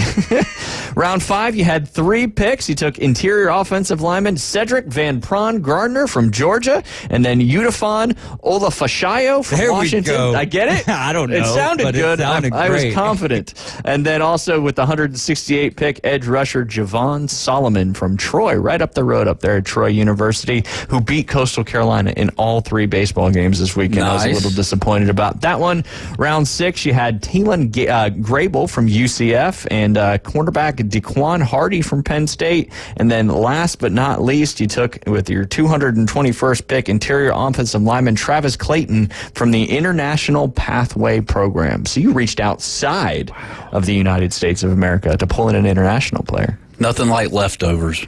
You're kind of a big deal. I love leftovers. They're kind of a big deal. They did good, though. They, according to the Bleacher Report, they got a B, which, hey, you would have took that at Griffin High, right? You got that right. When we get back, it'll be time for our afternoon delight debrief, and Jay Henley's got a couple of real-life stories again to share with us, and I may try to find some other ones to take some pressure off you. You guys are listening to The Inside Drive. We'll be right back, and it'll be the afternoon. It's the PCB Hobby Takeover with Todd. Mondays at 5:20 on ESPN Northwest Florida. That is a very high-end card and very rare. Todd talks about coins, trading cards, collectibles, and the amazing stories behind them. It was the first one that's ever come through my door. Plus, we'll be taking your calls and questions at 850-215-6290. The PCB Hobby Takeover. A platform for you to do your hobby. Mondays at 5:20 on the Sports Talk Monster. ESPN Northwest Florida. Good morning. This is Joanna on ESPN Northwest Florida with your forecast on this Monday. Mostly sunshine this afternoon and evening with a moderate breeze around 14 miles per hour coming out of the south-southeast, and look for the high to be 79. Tonight, there will be a variety of slight fog and partly cloudy skies with the temperature reaching 69. This weather is brought to you by Ellis Agency Insurance. Thank you for keeping that dial at ESPN Northwest Florida. Rely on it. Hi, I'm Tracy, your diamond girl at Tracy's Fine Jewelry. Shopping for the perfect diamond can be difficult, but that's why I've trained my staff to be helpful and to offer you a stress-free diamond experience. Pick your sparkle and use our easy layaway plan. Every woman deserves an exquisite diamond from your diamond girl at Tracy's Fine Jewelry. We don't work on commissions. We work for smiles and I-dos. So if you're tired of high-pressure salespeople, stop by and see us today at Tracy's Fine Jewelry. Attention homeowners, are you dreaming of a backyard oasis? Look no further than S&R Fencing, your go-to destination for quality outdoor transformations. At S&R, they specialize in crafting custom fences, decks, retainer walls, and all exterior construction that not only enhances the beauty of your home, but also stands the test of time. Their experienced team takes pride in delivering top-notch craftsmanship with a personal touch. S&R Fencing, locally owned, licensed, and insured, and a member of the BBB. WPLQ Port St. Joe, WGSX Lynn Haven, powered by Panama City Toyota. ESPN Northwest Florida. The locals love it. You're gonna love this. You are my favorite. It's my favorite. Everybody's favorite. The Inside Drive with Ryan Mulvey. Live from the Bill Kramer Chevrolet Buick GMC and Kramer Marine Outdoor Studios on ESPN Northwest Florida. Sky rockets in flight. Afternoon delight. Welcome back. It's now afternoon time here in the beautiful Panama City Beach, Florida. Sunny outside. Windy, though, Jay. Mm-hmm. What do you always say when it's windy? Swing easy. When it's breezy. When it's breezy. For sheezy. That's right. But we appreciate That's you. what Jay said. We really need a sounder from Ralph on that one. Yes, we do. But the thing is, it's probably going to have to be pushed quite a bit. Right. Because you do say a lot of cool stuff. Who? Ralph? No, that's what Jay said. Anyway, you're listening to the Inside Drive live here on ESPN Northwest Florida, sitting inside the beautiful Bill Kramer Chevrolet Buick GMC and Kramer Marine and Outdoor Studios. Almost 1 year. It was a year ago today, I think we announced that they were going to be our studio sponsor, and appreciate them sticking with us this whole time, and we appreciate them, and you got to go check them out. It's the mecca of boat and car dealerships right there at the corner of Frankfurt and 23rd Street. Tons of new vehicles in stock. They got discounts up to $20,000 off, express service, regular service, tires at cost. One of the best service departments here in the area. And then you go over to the boat side of things. Although it's been windy, it was a little choppy out there in the water yesterday if you went out. But if you need to get back out there, just want to get a boat to get back out there for the first time, the only place to go, Jay, is Bill Kramer Marine and Outdoor. Kramer Marine and Outdoor. Yeah, they sell Seabourn, Spider, Sundance, and Skeeter. All right there at KramerMarineandOutdoor.com. You can also go to BillKramerGM.com. Check out all the new and used inventory.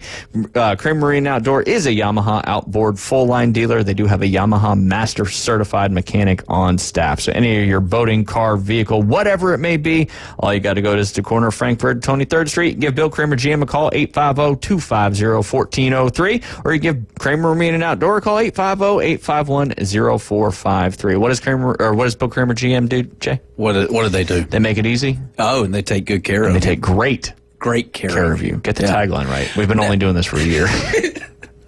So, I mean, with the wind, you just get a larger boat. Is that how you kind of do away with it? I don't know how it all works. Yeah. Maybe we can ask Chris. Right. I'm going to have him maybe come in on the studio on Thursday. I get it. But I would imagine the bigger the boat, the more wind affects it because you have more area for the wind to hit the boat. See, I didn't even think about that. How does a sailboat work? They drop the sails, big right? engines. Yeah, big engines, Right. Which some of them do, but they create more area for the A wind. sailboat has an engine? I thought they used the sail as the engine. That was the sarcasm. Oh, that okay, Jay I got present- you. or that David Okay, presented me. all right. It flew right over my head. Just like the wind. That's it. When you're aerodynamic. Yep. Whew. Hot stuff. You ready to give us? I got some, but we'll let you. Where do you want to go? I don't know. I mean, I find humor in a lot of things, and I was As telling do we. you. Yeah, I mean, it's Typically revolving around you. I played golf yesterday with Jimmy Jones, who listens quite a bit. Hey, Jimmy, if you're listening, I told you that I would bring this to the radio this morning, and I thought it was hilarious. You guys might not think it's hilarious, But you know what? It's our radio show. there you go. We could say what we want, But, to a certain degree. Right. Yeah, it was a good day yesterday morning. We teed off about 8:30, and we were, sunny. It was sunny and a little breezy. windy. But it had gotten a little bit crowded, if you will, and the weekend. pace of play was not all that, whatever it may be. Come on, Gav. I mean, Just kidding. Yeah. No.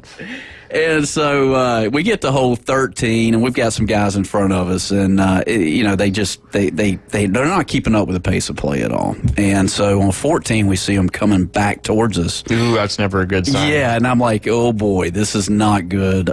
They probably lost a club, and we're about to be jackknifed. I mean, you know what I'm saying? Like, Jackknife. Well, when a tractor trailer, it's jackknives? like Yeah. the whole interstate gets blocked. Gotcha. So the guy comes up to us and goes, "Have you guys seen a ball retriever? We've lost our ball retriever, and we don't know where it's at." Man. And so I had to process that for a minute. And I'm Especially when thinking, you were expecting hey, I left my pitching wedge on the last green. Did you see it?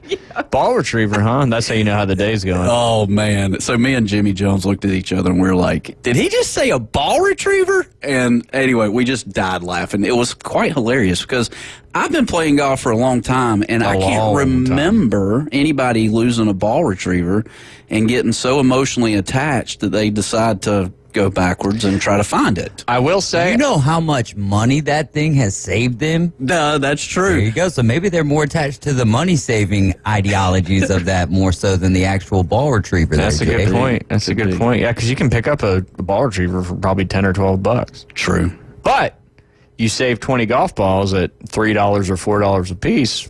Now you've got some good value there. That's true. But not as much as leaving, a wedge or something like that. Very true. Now, I have had people come to the shop asking about ball retrievers and, I might have left one, let me know if you guys see anything. And a lot of times the maintenance guys will find it the next morning. But I've never seen somebody go back at that moment. You know what that tells me? What? That they hit another ball in the water. Yeah. And they went to go get that ball. Yeah. Didn't have their retriever. I disagree with the ball retriever. I think they need to be banned. I think they need to be gone. Hey, if you're a golf course that has divers come, that's absolutely what you want. Pace of play, I think, is a little, probably. You know who hawks balls like anyone? I think you need to shut your mouth. No, but look, the golf ball has no emotion like Joanna. Joanna has no emotion. How do you know the golf ball has no emotion? So you shouldn't have emotion. Joanna has more emotion than I have seen in a long time. Continue. No, it just, anyways, with the retriever. What kind of golf ball retriever if you were to get one, have you ever had one? Don't lie to me. I have not. I have never had one. Either have I. It doesn't surprise me. You got like 7 golf clubs in your bag, so. The theory is they're all just a hodgepodge of other people's golf clubs. You can only have 14 clubs in your bag. That's true. You can only have 14. But a golf ball retriever is not a club. If it has a grip on it, it is a club. Jay's out there snitching on people. Look at that grip on that there golf ball retriever. First off, one, if that's true, that's stupid. Second off, who's putting a golf grip on their golf ball retriever? They come with the golf grip on there. No, they don't. They come with like a plastic molded grip that comes with them. That's not a golf club grip. What? You don't even got a golf club grip on your putter. It's a damn cork. It floats. It floats. Why does it need to float? So you can get it with your golf ball retriever? Just in case I 3-putt, which happens often. You haven't thrown a putter in the water. No, I'm just messing around. But if you did. Yeah, it would float. You think it would? Have you tested it? I mean, it's cork. I know, but the head is metal. Let's test it. You should have tested it yesterday at the pool. Excuse me, people. I need to throw this putter in the pool real quick. Right. They're like, why? To see if it floats. Okay, fine. Go ahead. We need to test that. Can you test that this afternoon or tonight or something and get back to us tomorrow? I'll put it in my bathtub. Okay. That's fine. All that water around there, babe boy, that's not good enough. It's got to be clean water, right? That's right. That's right. Just do the pool. Yeah. Anyways, that's my ball retriever. So you think it'll float? You were very confident like 30 seconds ago. It will. It will. 100%? It will. Okay. I think that's the poll for tomorrow, though, right? Ball retriever or no? Or will Jay's putter float? Then we got polls for 2 days in a row. Polls for days. Polls for days. Yeah, I mean, that is a good one. Ball retriever or no? Jay's putter's like a fishing pole. Yeah. Yeah. I see people with fishing poles in the bag all the time. Right. Which I think is opportunistic. What if they have a golf grip on their fishing pole? Does that count as like technically, if they got a cork grip on their fishing pole, Jay's got a cork grip on his putter, so that's like one and the same, right? Kick them off the course, dude. I know. I'm being outraged right now. It's wild. Wild stuff. Yeah. Goodness. Do away with the ball retrievers. Ban them. I never had one. Yeah. Not because I don't hit golf balls in the water. It's just there's kind of a stigma. Right. I've had them before and carried them in the bag, but you can only really do that when it's a slow day on the course. Because if it's moving along, then you just gotta leave the ball it is alone. what it is. Go find Steve Wiley, get you a couple of or Earl. Earl goes out there before the play gets out there, and he hawks them and he gets them. That's what we was doing when we was in the scramble the other day. Me and Jay was like, or I think I got like 5 or 6 golf balls left. Jay's like, I don't even got that many. Okay, well, I'll be on the lookout. If only you had a ball retriever. That's true. But there's a risk though, because how long has that ball been in the water? Right. Because water can affect its performance. Yes, but then but if you're ignorant to it, like I am, like I don't think if I'm hitting balls that are barely waterlogged, you know what I'm saying? Like I'm not gonna be able to tell the difference in a ball. Yeah.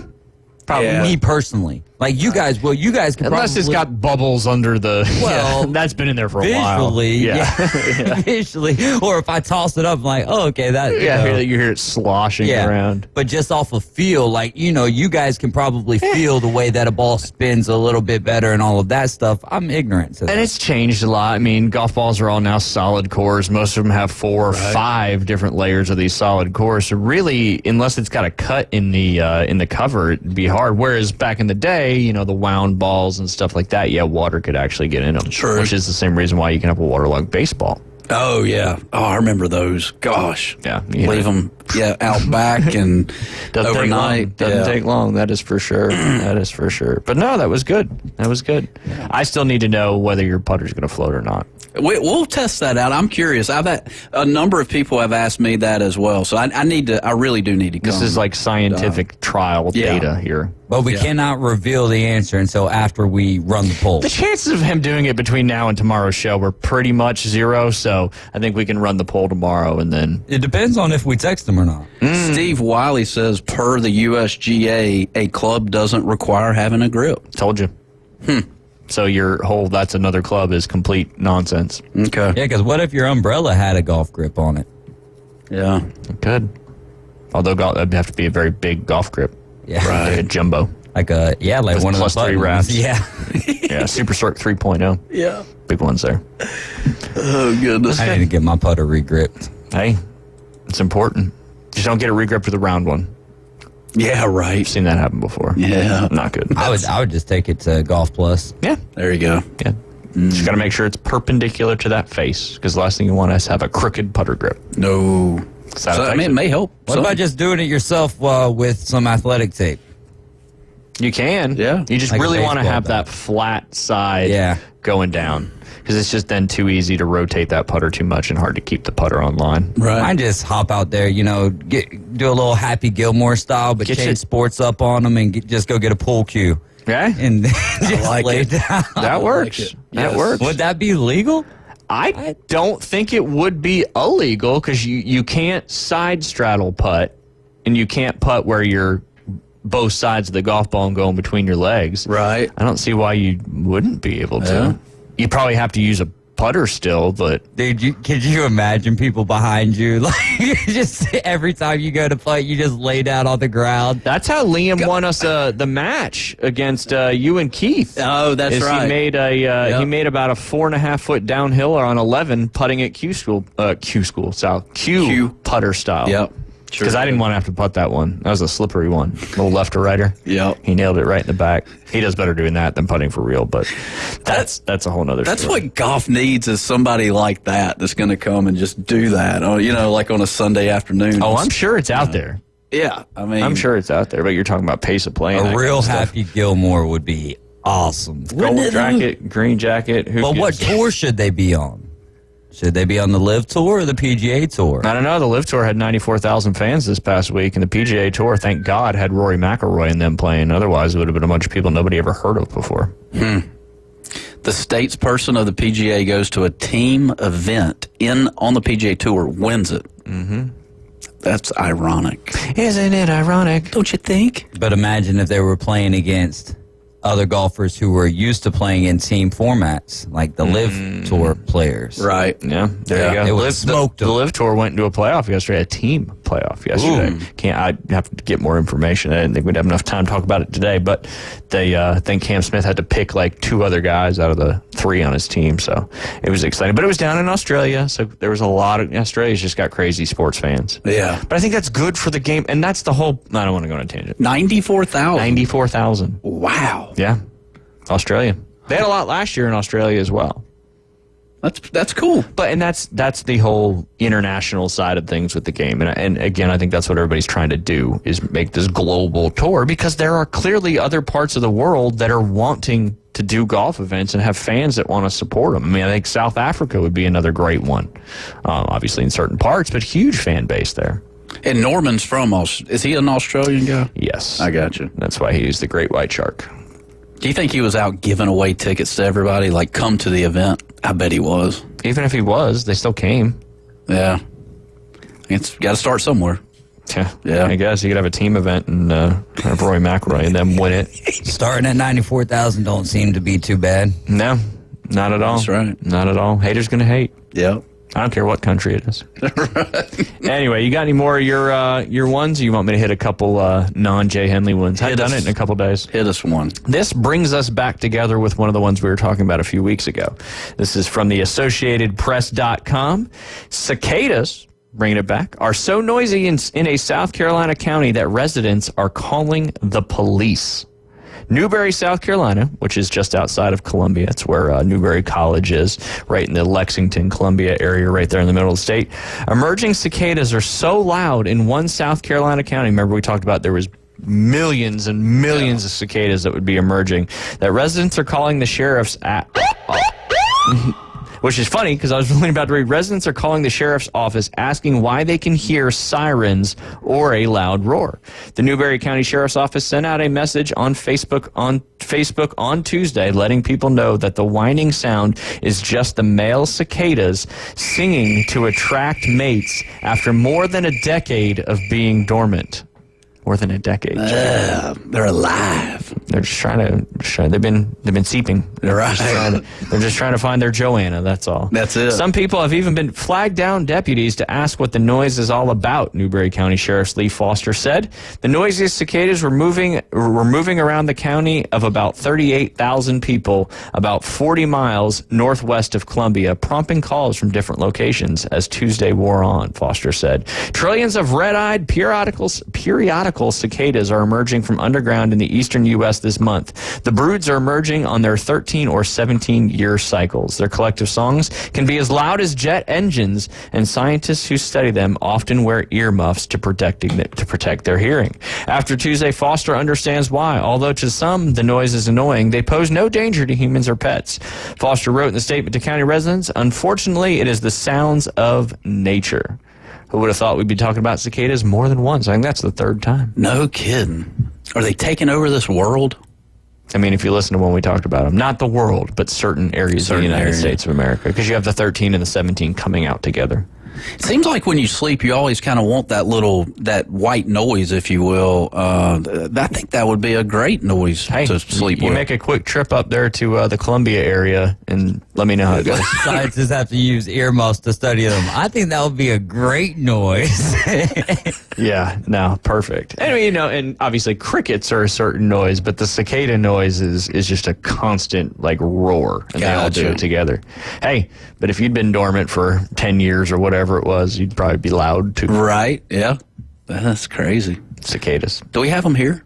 No. Did you listen to the last time? No, I didn't. Yeah, obviously. You were even in studio. We do have cicadas. Yeah, but they're not emerging here, and they're in the southeast primarily, but they don't make it quite this far where they're all coming out. But yeah, it's wild. It's wild stuff. If these people in Newberry, if we had they were listening to ESPNPC.com or downloaded our free mobile app, they would have already known about the cicadas and wouldn't have had to call the sheriff's office. That's for sure. That is for sure. Noise violation. Noise violation. Yeah. Indeed. We got about 2 minutes to see if I can find a quick one. World record for in Ghana, a man hugs a tree for the world record. Do you know how long it was? Oh boy. Give me a guess. In hours, not days. 38. 38? That's a little low. Is it? Yeah. A long time. Can he drink? Can he eat? I don't know. I'm not even reading the article. I just see blank man hugs blank trees in an hour for world record. And not total hours. Sorry, I read this wrong. How many trees did he hug in 1 hour? Oh. First off, you got to be in an area that's got a lot of trees. So he hugs one and he runs to the next one. He hugs another one and then for an hour. Yeah. 3,000. That would be impressive. 1,123 trees in an hour. What's the world record you're gonna try to break? I forget. We talked about it. I don't see why I don't just try to break that one. I know. I feel like you got an hour. Go to one of these state parks. Just hug away, brother. Yeah, just go to It'll be like the 70s all over again. Now let's get something straight here. I ain't no tree hugger. That's debatable. Back in my day. Back in my day, I was, dadgummit. I ain't no hugging no tree. I cannot believe I cannot remember the world record that you were going to try to break. Probably socks putting on. Oh, yeah. That's right. Have you tried it yet? I have not. You haven't done the putter. We haven't done the love connection. I'm telling. I know, right? I mean, take some initiative. All right, we get back. We'll be joined by Aaron Bearden from Instant Replay Sports Cards. You're listening to the Inside Drive live here on ESPN Northwest Florida. America's team plays here. And a rocket to right field. This thing is into orbit. The Atlanta Braves on ESPN Northwest Florida. Acuna, Ozzie, and Austin Riley lead the Braves' high-powered offense. Swung on, belted, deep right field. Get out of here, Ozzie. Home run. Ball game. The Atlanta Braves on ESPN Northwest Florida is sponsored by Brock's Pest Control, Stormore Portable Buildings, Reliable Hydraulic Solutions, Bill Bird Kia, and Mid-South Lumber. This is Joanna with ESPN Northwest Florida. Here is your weather forecast on this Monday afternoon. The rest of the day, mostly sunshine and 79 with a moderate breeze at 14 miles per hour coming out of the south-southeast. For tonight, a mixture of slight fog and partly cloudy skies and a low near 69. Tomorrow, a slight chance of rain in the morning and afternoon, and then some sun and a high around 78. This weather forecast is sponsored by Mid-South Lumber, the best little lumber yard in Panama City. Thank you for listening to ESPN Northwest Florida. Rely on it. Bestway Portable Buildings has been your portable building specialist since 1989. Before you invest your hard-earned money someplace else, owner Jason Mulder invites you to stop by Bestway and get a quote on just about any size building. And whether you buy with Bestway or not, it's worth the trip just to meet Bestway Buddy. Say hello, buddy. Good boy. Bestway Portable Buildings, just north of Harts Marine on 231, and online at bestwayportablebuildings.com. The best in portable, period. Tell them Buddy sent ya. Hey folks, Chris Kramer with Bill Kramer GM. And the best place to listen to the Inside Drive with Ryan Mulvey is inside a brand new vehicle from Bill Kramer GM. And I want you to know we've got 10 times the amount of inventory on the ground as we did this time last year, and darn near all of them are discounted. So shop us online at BillKramerGM.com or visit us at the corner of Frankfurt and 23rd. We'll make it easy and take great care of you. Broadcasting live from the Bill Kramer Chevrolet Buick GMC and Kramer Marine and Outdoor Studios. Have a quick stretch first. The Inside Drive with Ryan Mulvey. Must have pulled something playing hoops last week. And Jay Henley. I know you're not putting that rock up from here. You ain't got no Jay. ESPN Northwest Florida.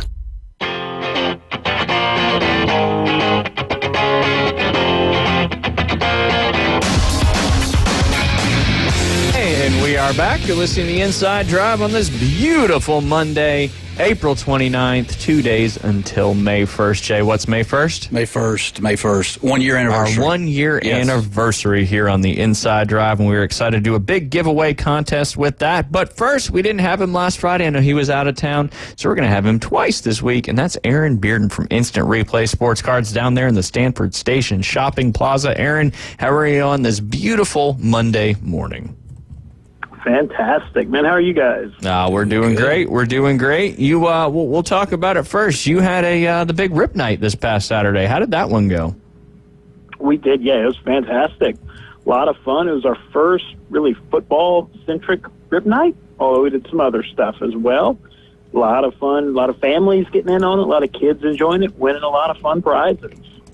So it was kind of cool. We did some pack wars. We did some box breaks, some trivia. Just kind of mixed it up and had a good time with it. And that's something you guys do every month, right? Yes, the next one will be on May 23rd. Which is crazy to think that we're already approaching May 1st. I mean, and I know one of the other things you got coming up, which when we first started talking about it seemed so long ago, and that is coming up on May 11th, next Saturday, a week from this Saturday coming up. And what is that, Aaron, that you guys got going on that day? We got JSA in the shop doing autograph authentication on the spot. It's a very cool opportunity. If you've got something signed, you want to get some documentation for it from the most trusted, biggest, most reputable autograph authenticator out there.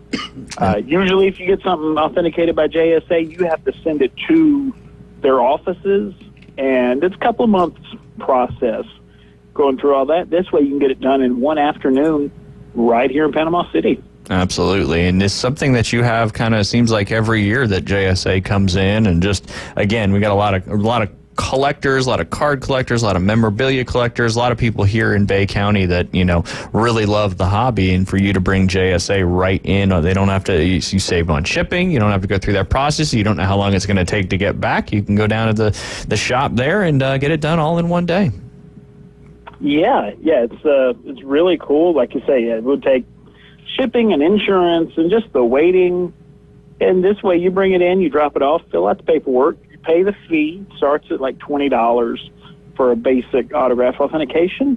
And in about an hour and a half, you can pick your item up. If it passes authentication, they'll give you a tamper-proof sticker with a serial number. It's logged into their website. So if you go to sell the item or insure it or something like that, you can look it up and say, hey, this is exactly this piece. Doesn't have to be sports. They do entertainment autographs, historical, presidential, kind of anything, astronauts, any kind of autograph you can think of. There you go, Jay. It doesn't have to be a sports person. Absolutely. It can be an autograph from you that you've given to all your many fans over the years, and everybody knows that Jay Henley autograph, that's for sure. Well, I didn't play the guitar for Aaron today. Can I play a game with him? Yeah. All right, so... As long as it's not like the movie Saw. Right. How about a 90s CD cover and I can only say one word? Because I know me and Aaron's got this 90s thing going, and I know, like, the 90s CD cover. I put Jay on the spot constantly on the show, and he's probably about 1 for 49-ish is his percentage. So whatever you do, Aaron, I think you're gonna be better. But go ahead, Jay. I like 90s CD cover, and I can only say one word, and it's a frog. Silverchair. Oh, Silverchair. Yeah. That was for Aaron. Yeah, but I actually knew what that was, so I wanted to say it. Let's go another one. I had that CD. Oh, you do, man! What a great CD! It was a great CD. I never had it, but yeah, I recognize the cover. Yeah. Are you going to say a naked baby swimming next? Are you just going to hit all the... I was just going to say baby. Yeah. There you go. What about... I think we all got that one. These are really hard, by the way. If I know them, then... Anyways. All right, well, he's he's like 4 for 4 now. Yeah. Aaron, he's got to go. The impressive is when you play the acoustic and he gets it right away. Yep. That's some good stuff. Yep. But Aaron, I did want to ask you a question. Obviously, the NFL draft has come and gone. Caleb Williams, the #1 pick, 6 quarterbacks in the first 12 picks. People who had their cards prior to the draft, does their draft, where they got drafted, have any effect on the value? It can, potentially. The caveat with that is the #1 draft pick is not going to go to what's usually thought of as a great team. That's just the nature of the NFL draft.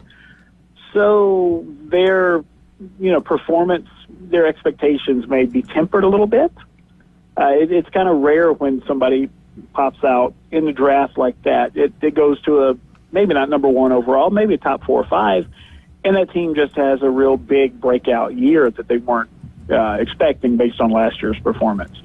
So, yeah, it's usually not a huge thing for the #1 pick to suddenly go up to people be like, oh, he went to a team that was 2-15 last year. Yay, his card is double the value now. Yeah, kind of like a Bryce Young, for example, from last year. But the opposite side of that is a C.J. Stroud, who went second in the draft and obviously, went to a team that a lot of people thought wasn't going to succeed. And lo and behold, they make it to the playoffs and he wins Rookie of the Year. So there's exceeded expectations all around because he is a rookie coming into the league. I think it's shown us over the last 20, 25 years or so with football, Bryce Young's entrance into the league is more typical than the performance that C.J. Stroud had. Yeah, like you said, it's kind of the team he went to, and obviously, so the rookie cards, these draft picks, it's almost more based on how they do their rookie year. So what I'm saying, I guess, is there's more, if you wanted now a time to jump in on some of these guys, maybe, the value is still, they're not as high, and then 1 or 2 of these guys is obviously certainly going to have a good rookie season. So kind of a gamble a little bit, but there's still an opportunity to jump on some of these rookie cards now that they've been officially drafted. And when does the rookie card with their NFL team, when do those start to come out? that's usually going to be, you'll have products like Luminance that will come out, or there are a couple of them, they sort of roll them out in phases. Like the first thing you'll get, the first cards will be NFL cards, but the rookies will still have their college jerseys on because they don't have the photos in time yet. Then you'll get the next ones, which will be a hybrid, and it'll be like a college jersey, but it's got his NFL draft team logo somewhere on the card. And then you'll finally get into the NFL jerseys, but it will be those really awful like camp jerseys. Yep. And every guy will have like number 0 on his jersey or something. Then you'll finally get into the actual NFL jerseys. Yeah, it's like... and it's hard to say right now because the stuff's not coming out basically in the same order. There was a bit of an established order for a while. You could go, well, this product, then this one, then this one. It's not entirely set in stone now. There are some products that have not come out yet this year that traditionally, and they're 2023 products, that would have been in December of their season year. So things that we would have expected last December, as of right now going into May, have not released yet. Yeah, makes sense. I remember, a lot of Brock's, I always talk about Brock, but his rookie card, a lot of those had 14 on his jersey because that was the number into camp and when he was wearing in camp and all that stuff. And obviously, switched to 13 when he made the team and was declared the third string quarterback to start that season. So yeah, a lot of things need to shake out, that's for sure. But here's a whole nother wave of people. And, is Marvin Harrison Jr. going to be one of the next great receivers? Is Caleb Williams going to live up to the height? Is, Trey Benson going to be a great run? There's just so many questions. And yeah, it's just like anything when you're getting some of these rookie cards or younger cards, is you're gambling, so to speak. You're hoping one of these guys goes on to win offensive rookie of the year, defensive player of the rookie of the year, whatever it may be. So, but that's part of the fun. Yeah, there's a correlation to the stock market with it, in that what you've got to look at too is sort of the upside if you're investing in these guys. And if you were to buy stock in, Apple or, I don't know, McDonald's or something, a company that's been proven and, probably has a good stock value, it's not going to double overnight. But where you make that profit is taking a chance on some small company that may be about to hit big with something. And it's the same with these players. You can still buy Caleb Williams, certainly his, rookie cards and all that, at an affordable price. You can buy his autographs at a fairly reasonable price. But most likely there will be somebody who breaks out this rookie season that none of us are really looking at right now. Obviously, Brock Purdy is like maybe the best example in the last 20 years or so. But there will be somebody that we're going, oh, that guy that we all completely overlooked in favor of this, guy that didn't have such a great rookie season. Yeah, absolutely. All right, Aaron, let's play another game. I don't know why. I'm just like into games today or whatever. It's Monday. Is it Monday? Monday. Yeah, I guess so. All right. Spicing it up. Yeah. All right, so let's see if you can guess this MLB superstar. I was born in 1954, 69 years old, born in Mobile, Alabama. I played for the Padres and the St. Louis Cardinals, and a 13-time National League Gold Glove Award winner. Who am I? Can I guess after Aaron? Padres and the Cardinals? Yeah. Oh, Ozzie Smith? Boom. That's there right. you go. I was going to guess, too. That's it. The Wizard. The 13 gold gloves and the Cardinals kind of gave it away. Yeah. That was good, though. Yeah. That was good, though. And I know Aaron's got a few Ozzie Smith signed balls in there, if I'm not mistaken. Yeah, I believe a bat as well, perhaps. And, probably some cards, too. Such a nice dude, too. I had the pleasure of meeting him a couple times during Masters Week up there when I was working in South Carolina, and always took the time, like, for our cart guys and, anybody who worked with us, he'd sign anything that you asked for and talk to you, and he's just a good ambassador for the game, or still is a good ambassador for the game of baseball, that's for sure. Yeah. That is for sure. Don't ask Will Clark about him. But other than that, he is an almost universally beloved guy.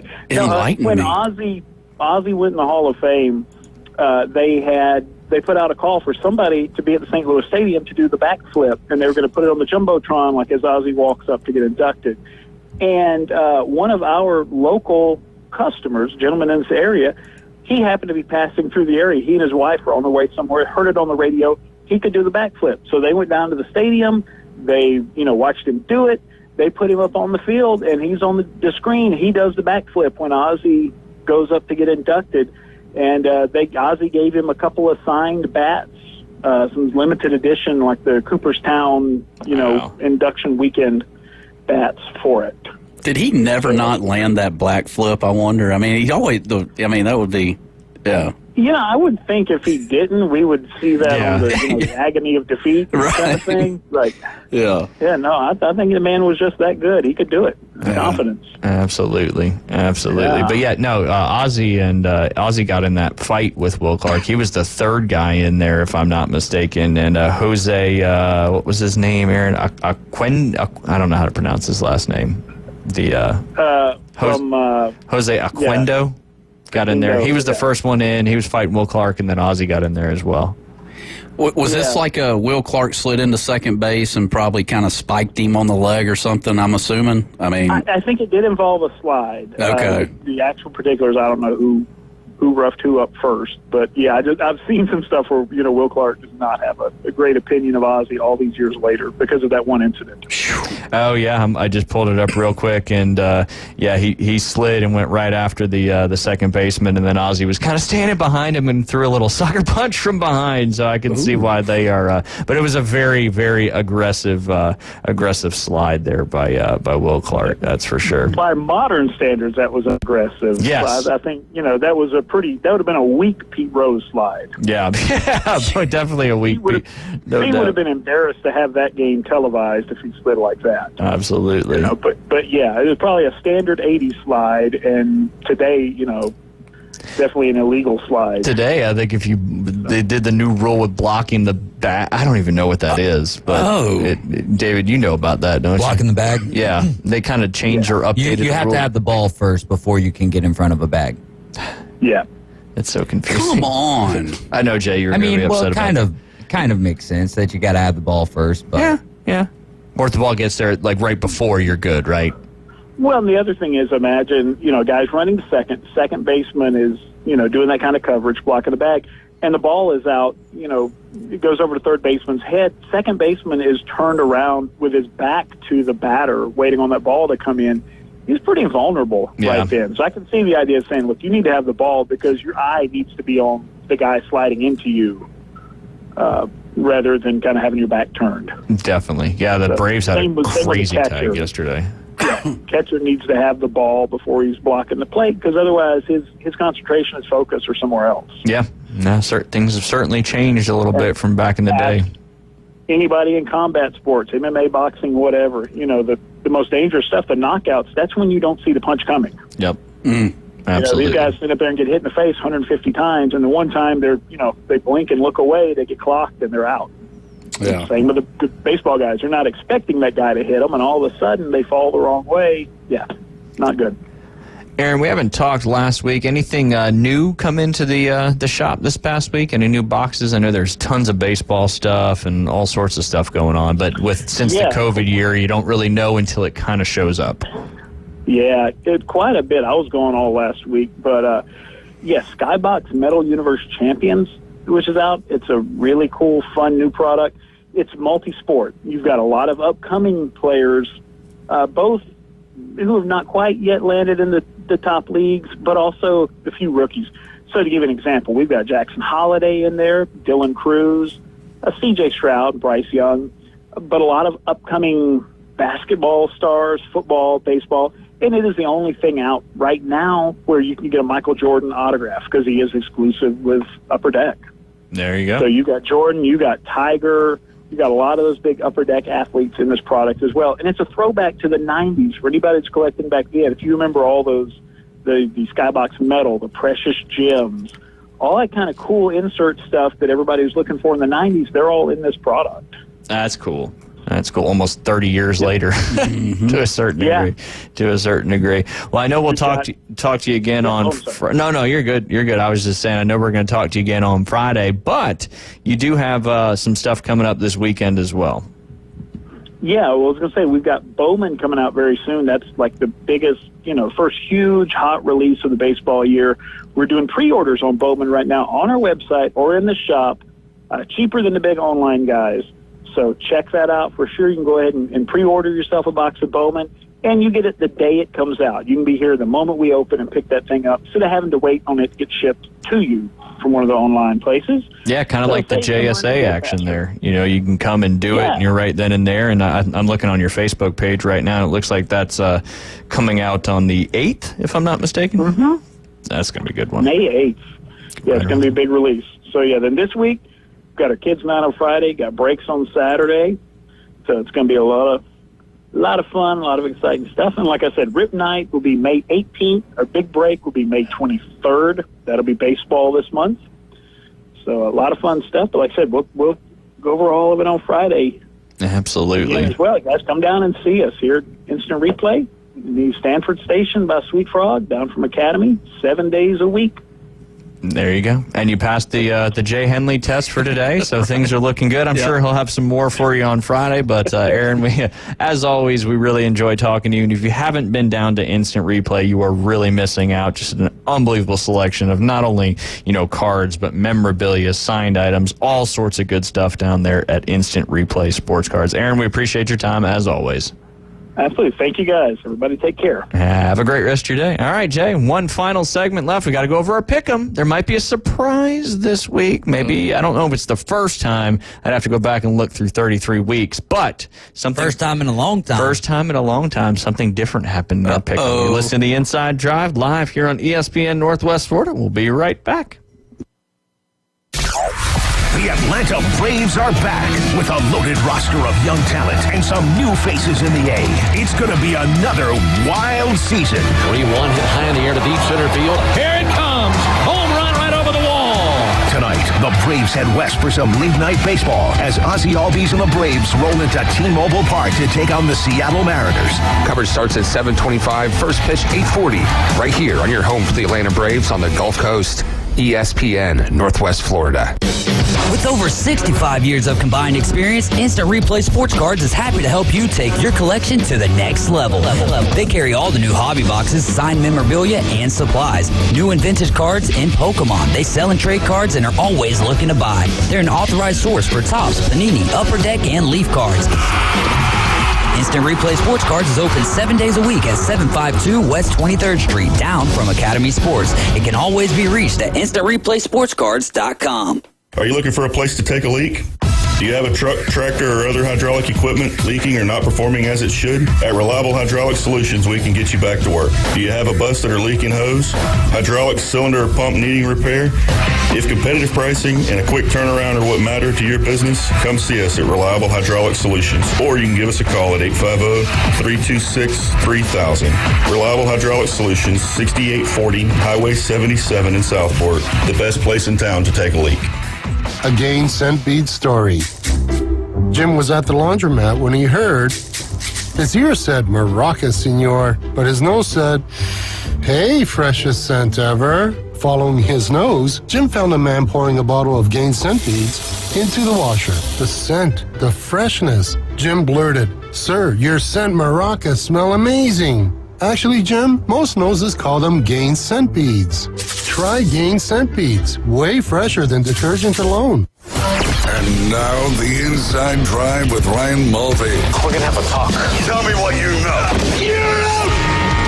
Broadcasting from the Bill Kramer Chevrolet Buick GMC and Kramer Marine Outdoor Studios. It's a frantic noise. ESPN Northwest Florida.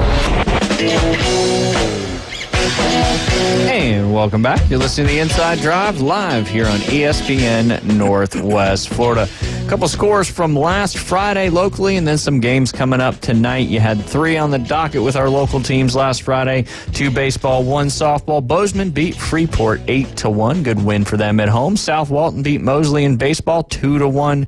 And then Destin beat North Bay Haven over there in Destin on Friday. Tonight coming up, you've got several games on the schedule, both softball and baseball. On the baseball side, you got Rutherford traveling over to play Walton. That first pitch gets underway at 3 p.m. Pensacola making the trip over here to Bay High to take on the Tornadoes. Again, that first pitch is at 5 p.m. On the varsity baseball side, North Bay Haven going up to Mariana. 18-7 Mariana. North Bay Haven Buccaneers trying to take a win up there. 3 games on the softball side. Arnold 22-2 heading all the way over to Pensacola to take on 1-13 Pensacola. Jay, what's the spread on that game? Arnold 22-2 trying to become the district champs to Pensacola's 1-13. And this is baseball? Softball. Let's go 2.5 plus 2.5. Pensacola plus 2.5? Yeah. Okay. Yeah. I was going to say more like Pensacola plus 7.5. Oh. But we'll see what happens. All right. And then Rutherford traveling to play Bay High in softball. And last but not least, also at 6 p.m., Bozeman traveling over to Bluntstown to take on the 7-17 team there. First pitch at 6 p.m. As I mentioned, Jay, something happened this past week in the Pick'em that doesn't happen very often. You got the most picks correct. Blind hog finds an acorn every once in a while. An acorn? An acorn. An acorn? Yep. An acre or an acorn? An acorn. I never heard a blind hog finds an acorn, but I've heard a blind squirrel finds a nut. Is that the same thing? Kind of the same thing. Do hogs eat acorns? Yeah. Do they? They're good for you. Good protein. Are they good for you or are they good for the hog? Because you said the hog finds an acorn. That's right. Is that on their diet? It is. For sure? Yes. Is it, David? Is this a real true thing, or are you as baffled as I am? I don't know what a hog won't eat, but... So an acorn could be in that. An acorn. Is that just ACRN? ACR acorn. Acorn? Yep, that's it. Even a blind pig finds an acorn. I do see that one, but a hog, pig, same thing. Yeah. Pigs gain up to 2 pounds of fat a day on acorns in the wild, or acorns in the wild. Yeah, I was just saying, we're not talking about acorns, we're talking about acorns. And they can eat 20 pounds of acorns in a day. Holy crap. But they only gain 2 pounds by eating 20 pounds? That's some digestive system, right? Good protein. Yeah, great As Jay protein. mentioned. Absorbing to the body. That's right. Hey, I learned something today. I've always told the old golf course lingo, and somebody hits a good shot. Oh, there's a good shot. Blind squirrel always finds a nut every once in a while. Right. I've heard that probably 10,000 times in my life, but now I can add the a hog and an acorn. Blind hog. You got to say acorn, though, right? Acorn. Acorn. It's like oral. Yep. You dip your acorn in oral. Ask Ralph about it. He knows. He does. All right. So getting to the Pick'em. I love bacon. He does. Fresh bacon right up from those hogs. You now. Acorn bacon. Oh, gosh. We can just go down this tangent the rest of the show. We had 10 picks like we always do. And the first pick we chose, and thank goodness I got this one right, or it was going to be an ugly week for me, was who was going to go first in that second round. Jay, you had Kool-Aid McKinstry. David, you had Adion Mitchell. And then I had Keon Coleman. And lo and behold, your Buffalo Bills took Keon Coleman, thank goodness. And then we picked all Saturday games when it came to the NHL and the NBA. And we were all, this first one didn't get this pick right, as they surprisingly, the Lakers got the dub on Saturday against the Denver Nuggets to avoid the sweep, 119-108. But I think that probably comes to an end. I believe that game is tonight, if I'm not mistaken. Yes, in Denver, and I just don't see how Lakers win that one. But all three of us picked the Nuggets, and obviously, like I just said, the Lakers won that one. 2 of y'all took the Celtics. One of us took the Heat, and the Celtics blew out the Heat 104-84. Again, these games were on Saturday. You and D. Hayes picked the Celtics in that one. I did take the Heat. On the flip side, the Orlando Magic and the Cleveland Cavaliers, the Magic absolutely destroyed the Cavs at home to tie that series up 2-2, 112-89. Y'all both took the Cavs. I took the Magic, so I snuck my second one out there. Each of y'all have one, and then we all three of us took on the NHL side, took the Hurricanes to beat the Islanders, and the Islanders won that one in overtime.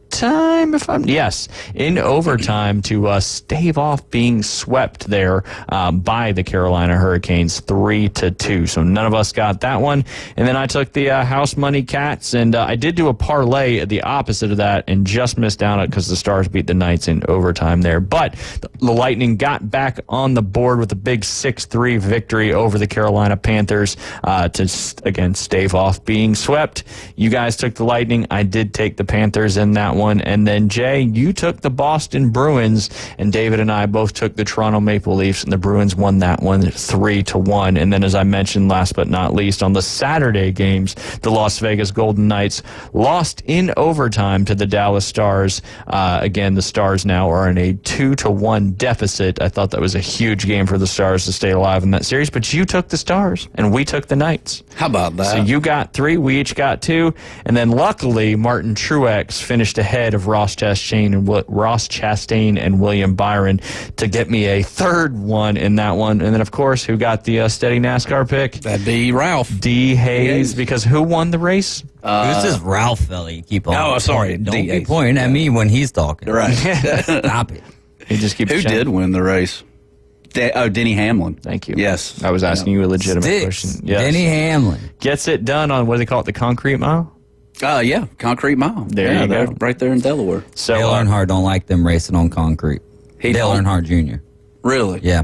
I heard him in it was a little snippet from a podcast just saying, because you know how like on the interstate, right, that's concrete, and when you're going, yeah, exactly, yeah. Yep. So how do you feel about it, Jay Bird? I don't know. That sound would put me to sleep back in the day when I was on family That's trips. exactly what you need to be doing when you're in a NASCAR race. Absolutely. What's the best? Can we have some cicadas? You know, Take a little white snooze. noise here. Yeah. Hey, they'll be at Darlington sometime soon, right? They're gonna have to. They're gonna have to get the lots of. They take the layer off the windshield, right? Yep. They're gonna have to get a lot of those. The cicadas are flying around. That's right. That could get messy. That is for sure. Yep. But yeah, so me and David each had 3. David almost got the 200-point threshold. He's at 199. I'm at 186, and you're climbing out with 1 game ahead of us on that one at 153. Good. I'm glad. I wanted to wait till after the 1-year anniversary to hit 200. Smart. Yeah. Strategery. That's good Exactly. stuff. It was That's strategery. good I was stuff. strategizing. I think we're going to lead this all the way up to the start of the college football season, and we'll start a new one. There you go. It's either going to be really big by then, or it's going to get a little bit closer, because I'm going to have to get creative on what games we're picking in the middle of the summer. Right. A lot of baseball games. baby. A lot of baseball games. This week, we're going to add a Kentucky Derby pick in there.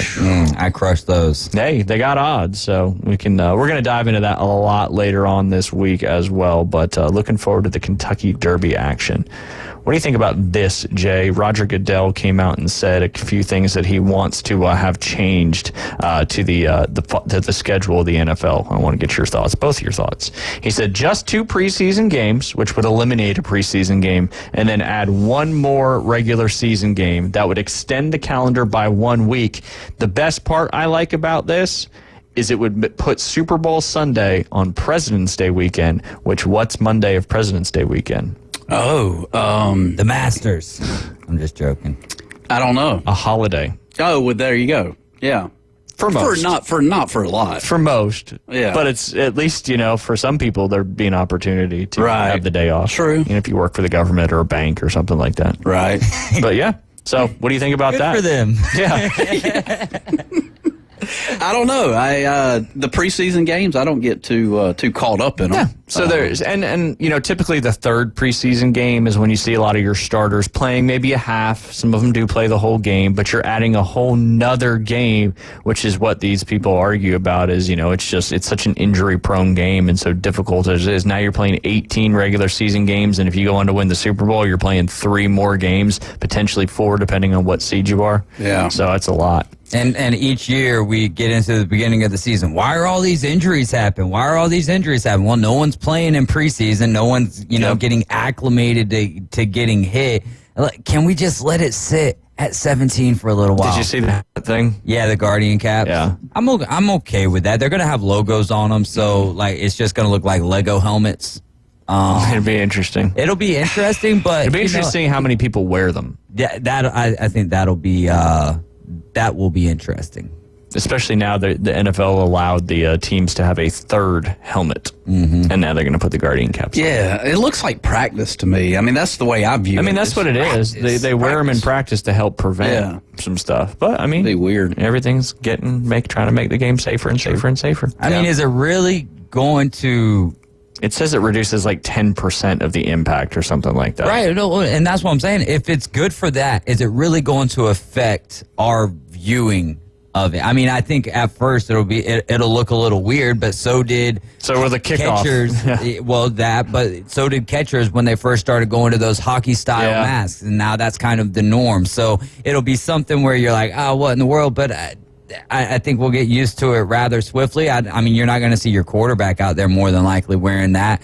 And maybe it could help with the longevity of these players' careers as well. So I think that's a good thing. Now, the 18-game season, we just, what are we, 3 years into 17 games, maybe going into the third year? Let's let the cake bake on this a little bit. 3 games in preseason, I still don't think is necessarily enough just because you're not even having your stars play in these games. And that's kind of the whole, I don't want to say the whole point, because the whole point is getting your younger players acclimated to playing in the NFL. But when those guys are missing out on games, then all of a sudden they go into games that are full speed action. That's why I think, without any stats to back it up, that's why we're seeing a lot of these injuries early on in the season. It would make sense. I mean, we just keep adding and adding and adding. It's going to change fantasy football too, and I don't know if I like that, Jay. Yeah. So 18's going this? Yeah, right? No, none of this is official yet. This is what the Guardian Cap thing. The Guardian Cap is official, but the 2 preseason games, 18 games, 19 weeks,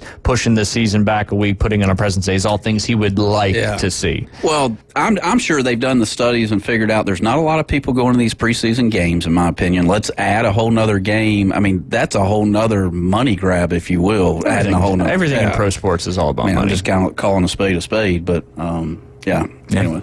Absolutely. David Spade. David Spade. Just in case, because I saw you. It didn't go in. It bounced right over. Right. No, I saw it. That's for sure. That's for sure. Just real quick, I'm going to try to see if we can get her on again. You remember we had Olivia Bakos from USC. She's a senior this year for the USC beach volleyball team. But that national championship is getting underway this Friday, just down the road, Jay. You going to make a trip? I say we get the team in studio. That would be great. Hey, Gulf Shores. What? How far is Gulf Shores from here? It's close enough for them to drive over before one of their matches. Yeah, makes sense. That same day.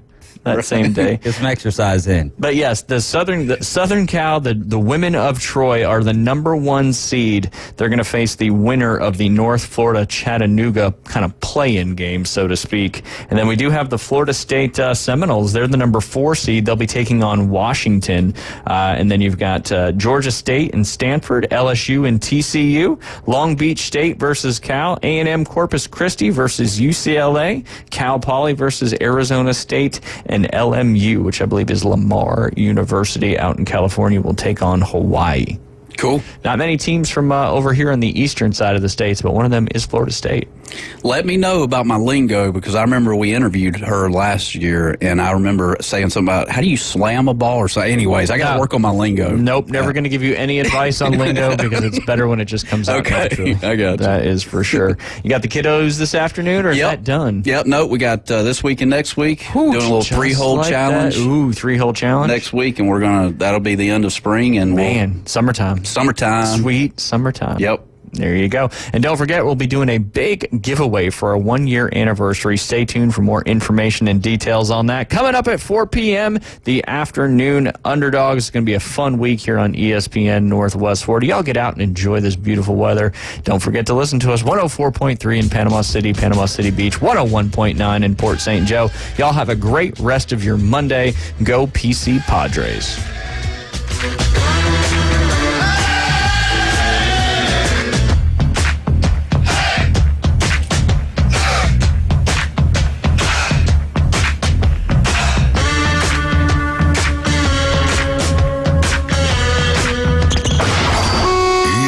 Northwest Florida, the Paul Feinbaum Show. John, you don't like it, but you seem to be, you don't seem to miss too many episodes. That's because I am trying to talk sense into the program. No, John, you're a hate monger. Paul, let me tell you this. You need to grow up. Bye-bye. Paul Feinbaum, weeknights.